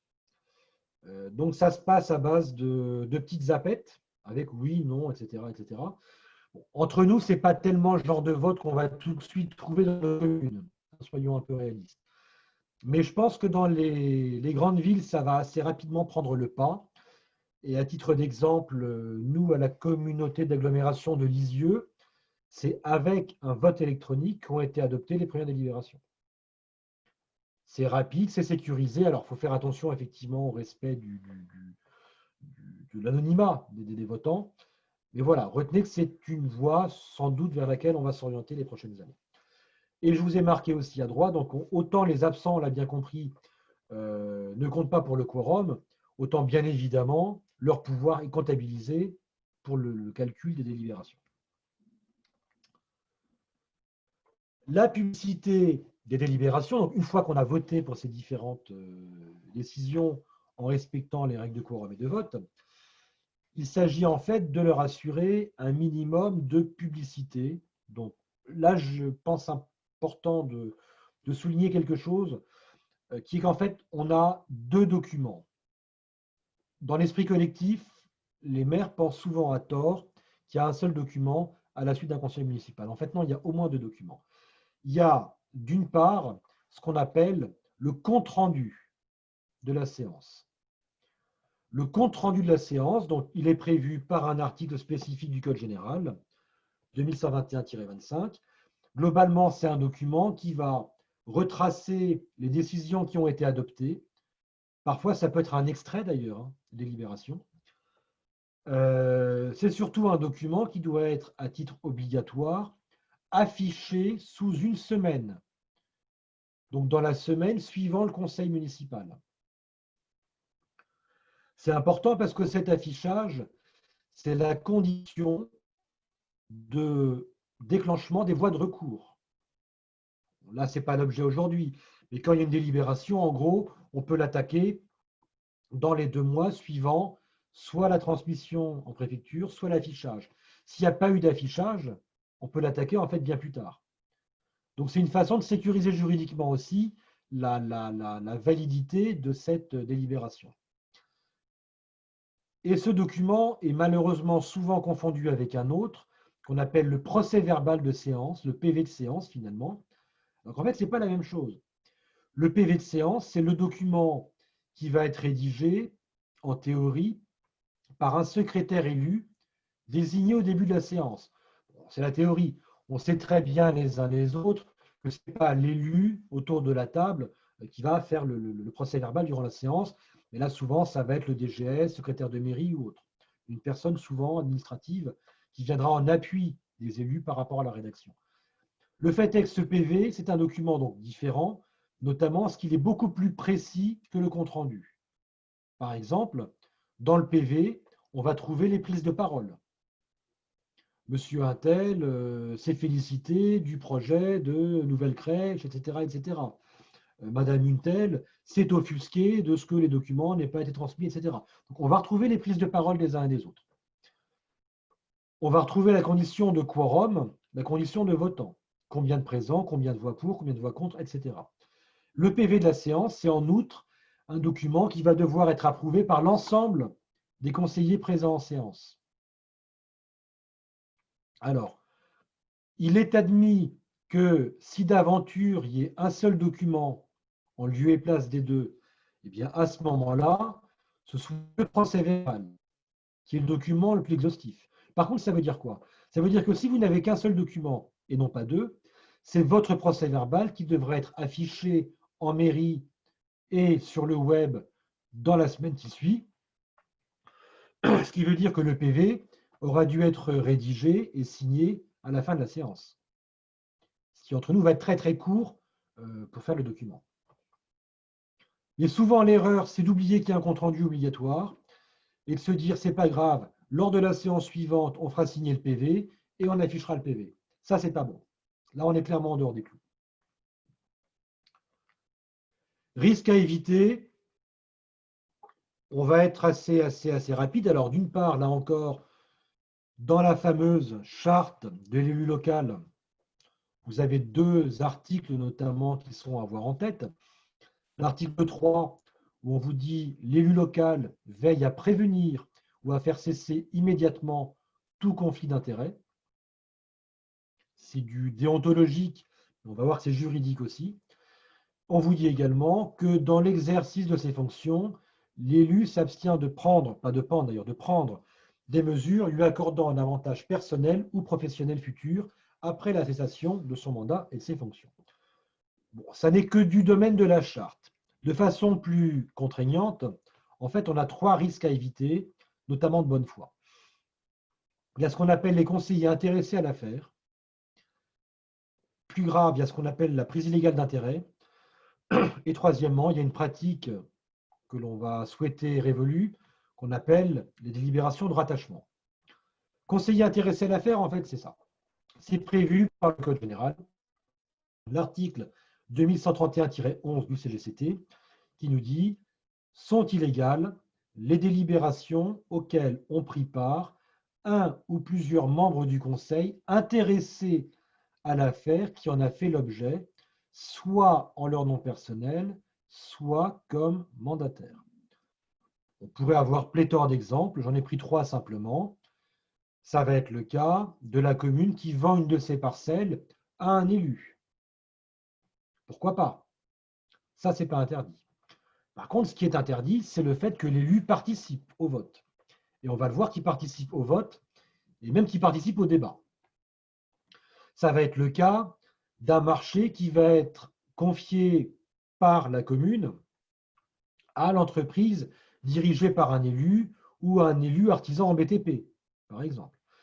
Ça va être le cas encore du conseil municipal qui va voter pour allouer une subvention à une structure associative dont un élu soit est membre, soit est président. Donc là, vous voyez, le conseiller va être intéressé à l'affaire. L'idée, c'est que si le conseiller participe, donc ce n'est pas a priori dramatique sur le plan pénal, par contre, ça justifie l'illégalité de la délibération. Donc on pourra attaquer la délib et la faire annuler devant la juridiction. Ce risque, il est proche d'un autre qui lui est beaucoup plus grave et qui pourtant s'apparente de très près en fait à ce qu'on vient de voir. C'est ce qu'on appelle la prise illégale d'intérêt. Là, c'est du pénal. Donc là, on monte d'un cran vraiment en termes de danger. Et l'idée, donc vous avez la définition, alors je n'ai pas tout mis parce qu'elle fait 15 lignes. L'idée, en gros, c'est de punir ce qu'on appelle la double casquette. Donc ce serait par exemple le maire entrepreneur qui profite d'être et maire et entrepreneur pour que la commune lui attribue des marchés. Caricature. La peine prévue dans ce cas de figure, c'est quand même lourd. C'est 5 ans de prison et 500 000 € d'amende. Ça va chercher assez loin. Mais la définition est beaucoup plus large que ça. On vous dit que c'est le fait par un élu, ou par un agent d'ailleurs, là c'est par un élu, de prendre, recevoir ou conserver directement ou indirectement, notion très vague, un intérêt quelconque dans une entreprise ou dans une opération dont on a la charge. Donc, sur le plan de la définition, ça peut très vite brasser très large. Alors, vous avez quand même, compte tenu en fait de la sévérité de ce texte, une modération qui d'ailleurs avait été adoptée au début des années 2000 à l'initiative de l'AMF pour avoir une souplesse par rapport à cette règle. Souplesse qui va concerner les communes de moins de 3 500 habitants, donc la majorité des communes de France. Dans toutes ces communes de moins de 3 500 habitants, un élu, maire, adjoint, conseiller, a la possibilité de traiter avec la commune, notamment pour le transfert de biens ou fourniture de services, à la condition, donc primo, d'être dans une commune de moins de 3 500, et secondo, de ne pas dépasser un plafond annuel de 16 000 €. Autrefois, il y avait 100 000 francs. Avec le passage à l'euro, on a arrondi à 16 000 €. Donc, vous voyez ce qu'il laisse plus de souplesse. Par contre, c'est bien différent, c'est-à-dire que dans cette hypothèse-là, le maire entrepreneur qui va avoir un marché d'entretien d'espace vert parce qu'il est élagueur en tant que professionnel et maire par ailleurs, il peut élaguer pour la commune, mais pas à hauteur de plus de 16 000 € d'une part, et bien évidemment à la condition de ne pas participer au vote ni au débat. Donc les conseils pratiques, c'est ça, c'est d'une part ne pas participer au vote quand on est intéressé, d'autre part ne pas participer au débat, ne pas influencer les votes éventuellement. Moi je dirais même de quitter la salle pour être vraiment tranquille, et surtout de mentionner dans le document qu'on a vu tout à l'heure, à savoir le PV de la séance, de mentionner le fait que monsieur un tel ou madame une telle s'est absenté, a quitté la salle parce que l'affaire soumise à délibération le concernait indirectement. Autre pratique à éviter, ce qu'on appelle le rattachement. Le rattachement, en fait, il s'agit de délibérer a posteriori pour régulariser une situation. Ça, c'est strictement interdit par la loi. Ça constitue ce qu'on appelle un rattachement et ça constitue surtout ce qu'on appelle un faux en écriture publique. Le fait d'antidater, par exemple, une délibération, de dire mince, il fallait qu'on délibère avant le 15 juillet sur tel ou tel aspect. On est le 15 septembre, c'est pas grave. On délibère le 15 septembre et on date ça du 15 juillet. Ça, c'est un faux en écriture publique. Avec une peine donc, qui peut être assez sévère, puisqu'on parle de 10 ans de prison et de 150 000 € d'amende. On va dire que c'est très théorique. Dernier petit vrai-faux par rapport à ce qu'on vient de voir. Les communes de moins de 3 500 habitants sont concernées par le risque de conseillers intéressés à l'affaire. Est-ce que c'est vrai? Est-ce que c'est faux? Je vois quelques vrais. Effectivement, ça concerne toutes les communes, quel que soit le seuil démographique. Seule l'histoire de la prise illégale d'intérêt connaît un tempérament selon qu'on soit au-dessus ou en dessous de 3 500 habitants. Bon, je vois que l'heure tourne, je ne vais pas être trop exhaustif. Là, je vous ai fait un petit récap, on vous enverra le document aussi. On évoquait en introduction le fait que des mesures transitoires avaient été prévues par rapport au Covid-19, par rapport à la crise sanitaire. Donc là, vous avez un petit récap qui vous marque les dates butoirs de la fin de ces régimes d'exception. Par exemple, déjà, depuis le 10 juillet, on retombe sur l'obligation d'avoir une réunion par trimestre et possibilité d'en avoir à la demande d'un cinquième des membres du Conseil. On avait aussi, durant cette période de Covid-19, la possibilité de comptabiliser dans le quorum les procurations. Alors qu'on vient de le voir, c'est en principe interdit, ça. Donc on retombe dans l'interdiction. Vous avez, alors pour ce qui nous attend par contre dans les jours qui viennent, fin du 30 août 2020, les réunions du Conseil devront impérativement se dérouler en principe en mairie. Là, on avait un tempérament du fait des distances à respecter pour les raisons sanitaires. On aura la fin de la possibilité pour les conseillers, ça on l'a vu tout à l'heure, d'être porteurs de 2 pouvoirs à partir du 30 août prochain. Et on aura la fin, à compter du 30 septembre, de la possibilité de faire des réunions des conseils municipaux en visio ou en audio.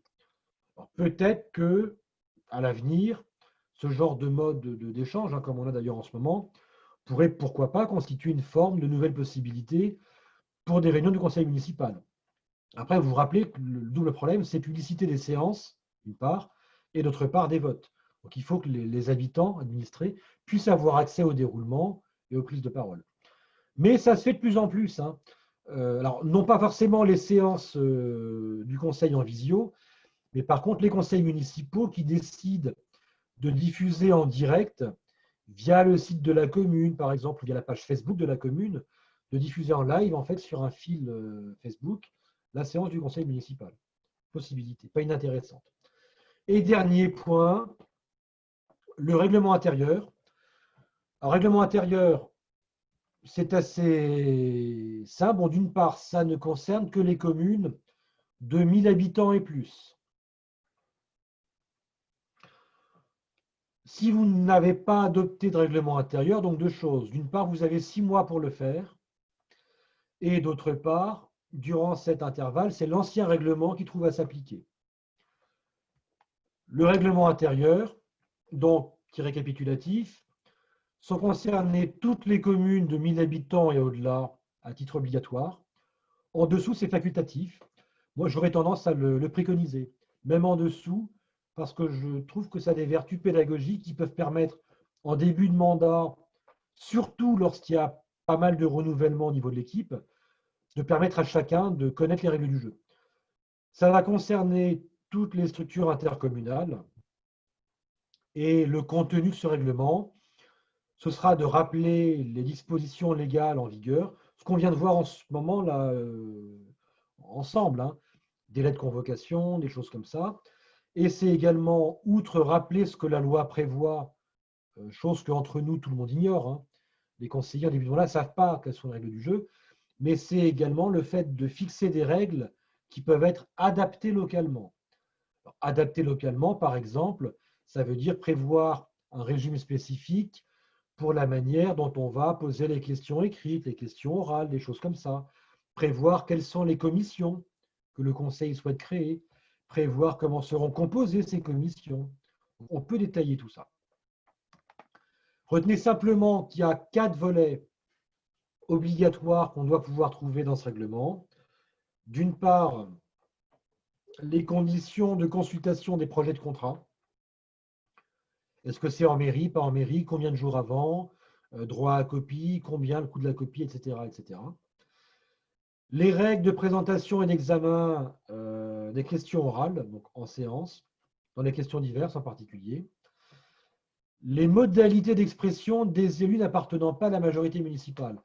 On l'a évoqué tout à l'heure, vous savez, c'est le droit d'expression qu'on va retrouver dans le bulletin, sur le site web, sur la page Facebook. On va devoir les préciser dans le règlement intérieur. Là, je voyais, chez nous ce soir, on va voter là-dessus. Dans notre règlement intérieur qu'on va adopter, on a prévu un chapitre qui prévoit le nombre d'espaces caractères auxquels ont droit les majoritaires et les opposants, et pour le bulletin municipal et pour le site web. Ça, c'est prévu dans le règlement intérieur qu'on va adopter ce soir. Et également, si vous êtes dans une commune de 3500 habitants et au-delà, les conditions d'organisation de ce qu'on appelle le DOB, donc le débat d'orientation budgétaire, donc ce qui ne s'applique que pour les communes de 3500 habitants et plus. Alors, je rebondis sur cette diapo par rapport à une question à laquelle je n'ai pas répondu encore, qui était sur la question, je crois, du droit de réserve des conseillers municipaux, non, pardon, des obligations de confidentialité d'un élu. C'est important parce que vous voyez, par exemple, le point numéro 1, les conseillers municipaux, eux, on l'a vu, ils ont le droit d'être informés préalablement des affaires soumises à délibération. Ça les concerne parce qu'ils sont élus municipaux. En revanche, ça ne les autorise pas à divulguer les infos à tout à chacun. Donc là, on a une forme de droit de réserve qui pourrait, dans certains cas de figure, les mettre en danger. Je suis très prudent par rapport à ça. En revanche, là, on a l'exemple des projets de contrat ou des projets de marché. Donc, un élu municipal qui fait partie du conseil municipal, lui, il a bien droit d'avoir accès au projet de contrat. Si maintenant l'élu s'amuse à diffuser le projet de contrat ou de dire, bah voilà, monsieur machin, il propose une somme de temps pour le marché public de telle ou telle chose, là, l'élu en question, il s'expose à un risque pénal. Et notamment, il va s'exposer à ce qu'on appelle le délit d'octroi d'avantages injustifiés. Donc, méfiance. Il y a des projets de délibération et de contrat qui sont extrêmement sensibles et que le droit ou la réserve impose de ne pas communiquer aux personnes tierces qui ne seraient pas élues municipales. Bon, par ailleurs aussi, obligation de réserve. Je pense à des situations plus fréquentes sur le montant des rémunérations des agents. Hein, si vous êtes responsable de la commission ressources humaines, vous aurez peut-être accès en tant qu'élu de cette commission à un certain nombre d'informations, dont pourquoi pas d'ailleurs des cas individuels concernant les agents. Il est bien évident que la réserve vous invite à ne pas les divulguer aux personnes en dehors de la commission. Enfin, c'est beaucoup de bon sens tout ça finalement. Je regarde si... Ouais, c'est bon, il n'y a pas plus de questions. Alors, dans le règlement intérieur, c'est la dernière diapo, je vous rassure, dans les risques à éviter, je vois notamment celui de prévoir des mesures trop strictes. Alors, c'est pas rentable, hein. C'est pas rentable. Pourquoi? Parce que d'une part, l'expérience tendrait à montrer que plus les majorités en place tendent à tenter de museler l'opposition, eh bien plus c'est contre-productif, paradoxalement. Ça, on s'en rend compte tous les 6 ans, mais pas seulement. Et pour la jurisprudence, alors, effectivement, le règlement intérieur est l'occasion de rappeler des règles du jeu en les adaptant localement. Ça n'autorise pas tout. Par exemple, ça n'autorise pas, on a vu une commune qui, dans son règlement, prévoyait que le temps de parole des conseillers serait limité à 3 minutes. Ça, pour le juge, c'est trop strict. Donc, ça justifie l'annulation de la délibération approuvant le règlement intérieur. On a aussi un règlement qui a tenté d'interdire 2 prises de parole consécutives sur un même sujet. Donc, on comprend la démarche du maire en place qui voulait effectivement faire passer plus rapidement peut-être des décisions. Mais en étant trop strict, du coup, il a mis en péril le règlement intérieur qui, de fait, a dû être modifié pour être conforme à ce que prévoyait la jurisprudence. Ou alors, méfiance aussi à l'égard des règlements qui imposeraient un dépôt obligatoire des questions écrites ou orales d'ailleurs, hein, trop sévère. Par exemple, le fait d'obliger les conseillers municipaux désireux de poser des questions d'envoyer leur projet de questions 72 heures avant la séance du conseil municipal. Ça, pour le juge, c'est une disposition trop stricte qui, de fait, peut justifier la remise en cause du règlement intérieur. J'en ai fini sur ces principaux aspects en ayant pris un petit peu de retard. Donc, je vous prie de bien vouloir m'excuser. Est-ce que vous avez des questions, demandes ou autres? N'hésitez pas sur ce qu'on a pu évoquer ensemble.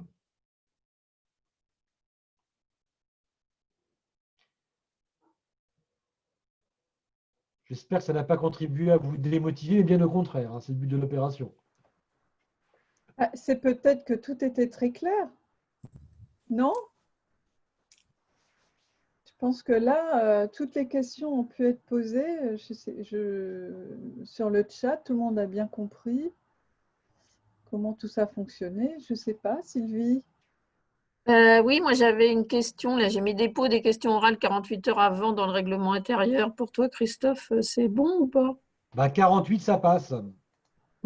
D'accord, Mais tu vois, c'est vraiment du cas par cas, en fait, hein. C'est là qu'on n'est pas très, très à l'aise. d'accord. Donc 48 heures, apparemment, ça paraîtrait du domaine de l'acceptable. Après, là où on a eu quelques... Et là, je vois dans le règlement qu'on va adopter ce soir, on est un petit peu embêté. Par exemple, il a été prévu que le dépôt minimum pour les questions écrites, c'était au moins 1 mois à l'avance. Mm. Moi, je pense qu'on est largement en dehors des clous par rapport à ça. Mm. Mais l'idée, par rapport aux questions écrites ou orales, le réflexe, ça devrait se caler par rapport au délai de convocation. D'accord, C'est cohérent, en fait. d'accord. Et l'ancien règlement intérieur, il continue de se maintenir Tant qu'il n'y a pas de nouveau. tant qu'il n'y a pas de nouveau. Même s'il y a une nouvelle équipe, elle n'est pas obligée de revoter sur l'ancien règlement. Il Non. continue de ça. Oui. D'accord. Mais je pense que ça vaut le coup, au moins à l'égard de ce qui a évolué, donc pas tellement du côté de la loi, encore que, mais du côté de la jurisprudence. Moi, je serais très curieux de savoir comment les municipalités vont traiter dans leur règlement intérieur la question des pages Facebook de la commune, hein. Mm. Parce que là, on dit, s'il y a une page Facebook communale, les opposants ont un droit. Or, alors, c'est vrai pour Facebook, pas pour Twitter d'ailleurs, hein. Le juge a fait une différence entre Twitter, qui là est vraiment de la commune 100% et de la majorité, et Facebook qui doit être partagé entre majorité et opposants. D'accord. Je ne vois pas du tout comment on peut le faire. Alors, il y a un autre élément qui est compliqué, je crois que certains d'entre vous siègent aussi dans des structures interco. Le règlement intérieur, il fonctionne aussi dans les structures intercommunales. Le droit des opposants, il fonctionne également dans les structures intercommunales. Comment définir maintenant juridiquement ce qu'est un opposant au niveau interco? C'est très compliqué. Est-ce que c'est des considérations politiques? Est-ce que c'est des considérations ville-centre commune périurbaine avoisinante, on ne sait pas. Pour le juge, ce qu'il faut retenir à l'égard des opposants, c'est la définition de l'opposant, c'est celui qui va s'auto-proclamer comme tel. Mm. Concrètement, ça veut dire qu'on ne prendra pas forcément en référence les listes en présence lors des élections municipales. Je prends un exemple que je souhaite à personne. Mettons que d'ici un an ou deux, le premier adjoint au maire se détache du maire et il dit bah non, je ne suis plus d'accord avec le maire. Eh bien, il pourra. Donc, on imagine que le maire va retirer une délégation. On imagine que le conseil va le destituer de sa fonction d'adjoint. Il pourra tout à fait s'autoproclamer opposant et revendiquer les droits reconnus au profit des opposants. Donc, c'est très contingent. Ça évolue en fait au fur et à mesure du mandat. D'accord. Mais là, concrètement, 48 heures pour les questions orales, à mon avis, ça passe largement. D'accord. Et je vois que tu as d'autres questions, Christophe, sur le fil. Alors, si un conseiller ne devait pas prendre part au vote qui peut le concerner, que doit-il faire? Faire annuler son acte. Ah là, je vois qu'on parle au passé, c'est pas bon signe ça. On va dire que c'est une hypothèse d'école et que ça ne s'est pas produit en réalité. Non. Alors bon, ça dépend de l'objet précis de la délibération. Donc là, je ne vais pas vous le demander en ligne. Après, il faut être bien clair, hein. On a bien vu qu'il y a deux types de risques. Le premier risque, c'est faire annuler une délibération. D'autre part, c'est éventuellement le risque pénal. Le risque pénal, il faut y aller quand même, hein. Il n'est pas non plus, il peut tomber, mais il ne va pas non plus s'imposer comme ça de façon systématique. Concrètement, il faut relativiser. Il ne faut pas trop le répéter, mais s'il n'y a pas de recours, il n'y a pas de risque. Alors, je m'explique. Si votre délibération qui a été adoptée avec malheureusement la participation pardon, de monsieur X ou madame Y qui avait un intérêt à l'affaire et que le délai de 2 mois est écoulé, et ben la délibération, elle est certes irrégulièrement adoptée, mais elle n'est plus attaquable. Donc le risque est très limité. Donc, est-ce que ça vaut le coup de donner un coup de pied dans la fourmilière sur le thème? Ah ben oui, il y a 3 mois, on a voté sur ça, j'aurais pas dû voter. J'en suis pas certain. Maintenant, à contrario, si un élu participe à une délibération pour laquelle il a un intérêt à la faire, que cette délibération, elle est attaquée, qu'elle est ensuite annulée, là, méfiance. Parce que le requérant, celui qui va avoir fait le recours, en fait, pour être clair, il va devant la juridiction pénale sur le thème, bah, vous voyez, monsieur machin, il a participé, il ne devait pas. Et là, pour le coup, c'est très facile de faire basculer dans la prise légale d'intérêt. Péché par ignorance. C'est pour ça que je pensais important à la fois qu'on évoque ces questions en tout début de mandat, et Nathalie et Sylvie ont très très bien fait d'insister là-dessus. Il faut mieux le savoir maintenant que dans un an, typiquement. Là, l'enjeu des délibérations n'est pas tel que les risques soient très importants. Alors, pouvez-vous donner un exemple de calcul à la proportionnelle des membres des commissions? Écoutez, moi j'ai un... Alors je ne sais pas si c'est fait partout ou pas. Vous irez voir sur le site de la préfecture du Calvados. Alors peut-être que ça a été fait aussi dans votre département. Nous, ils ont mis en place une calculette. Alors, ne confondez surtout pas avec la calculette qui a été mise en place pour les élections municipales. Ce n'est pas du tout la même chose, ce n'est pas le même mode de calcul. Il y a la proportionnelle, oui, mais la répartition des restes n'est pas la même. Donc vous avez une calculette qui vous permet de voir à la proportionnelle, en fonction du nombre de membres de la commission, ce que ça va donner en fait en termes de répartition. Mais là, vous voyez, concrètement, nous, on prend notre conseil municipal. On est 57 membres. 57 membres, 45 pour la majorité, 12 pour l'opposition. Les commissions font 12 membres. Le mode de calcul que l'on a opéré rend le résultat suivant: 9 pour la majorité, 3 pour l'opposition. En fait, on était un tout petit chouïa en dessous des 3, qu'on a arrondi à 3. L'idée importante à retenir, c'est que ça ne peut pas être moins de 1. Ça, c'est vraiment important.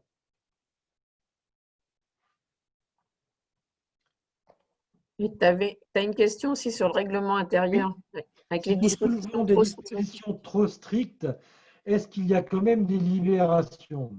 Alors, je vais, pour ne rien vous cacher du tout, ça fait partie des points que nous, on va soulever ce soir en conseil municipal, notamment à l'égard d'une mesure qui nous semble un petit peu sévère, à savoir le fait d'attendre, enfin, d'avoir au moins un mois de délai avant de pouvoir soumettre ces questions écrites. Donc, je pense qu'il est intéressant de le souligner durant la séance. Je pense qu'il est constructif pour la municipalité, donc pour la majorité municipale, d'en tenir compte. Je vous rappelle que, alors oui, il peut y avoir des libérations, mais s'il y a des libérations, dans les faits, elle pourra éventuellement être attaquée.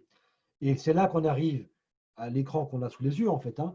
Dans ces 3 exemples que vous avez là, ce sont des délibérations approuvant un règlement qui ont été attaquées. Donc oui, elles pourront être attaquées.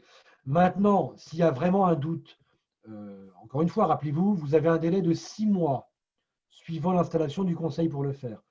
Moi, je serais presque d'avis de prendre le temps d'une modification des éléments qui vous paraissent peut-être trop stricts pour le faire à la prochaine séance, d'autant que là, on est dans une période où vous allez avoir, je ne sais pas dans vos communes, mais nous, on va avoir encore au moins 2 séances avant la fin du mois d'août. Déjà, il y a le budget et autres. Donc, il y aura l'occasion de modifier le règlement avant de le faire adopter définitivement. Donc, prenez pas le risque de faire adopter un règlement qui vous paraît manifestement trop strict et d'encourir un risque d'annulation devant le théâtre dans les 2 mois qui viennent, quoi. Ok, merci Christophe. Est-ce qu'il y a d'autres questions? Bon, s'il n'y a pas d'autres questions, donc toutes les visios que nous faisons en partenariat avec Mairie 2000 et l'AMF seront mises en ligne prochainement sur notre site internet. Par ailleurs, cet après-midi, il y a une nouvelle visio qui vient un peu dans le droit fil de ce qu'on a évoqué ce matin avec la responsabilité pénale et civile des élus. Voilà, et on continuera demain et après-demain sur tout ce qui est le maire employeur et les fondamentaux de l'intercommunalité. Donc, si vous n'êtes pas inscrit, n'hésitez pas à vous inscrire, qu'on puisse vous inviter à toutes ces visioconférences. Voilà, je laisse Nathalie d'autres peut-être clôturer cette réunion. Alors, je vois une dernière question peut-être. Ah, une dernière question. Dernière question de Céline qui nous demande qui écrit le règlement?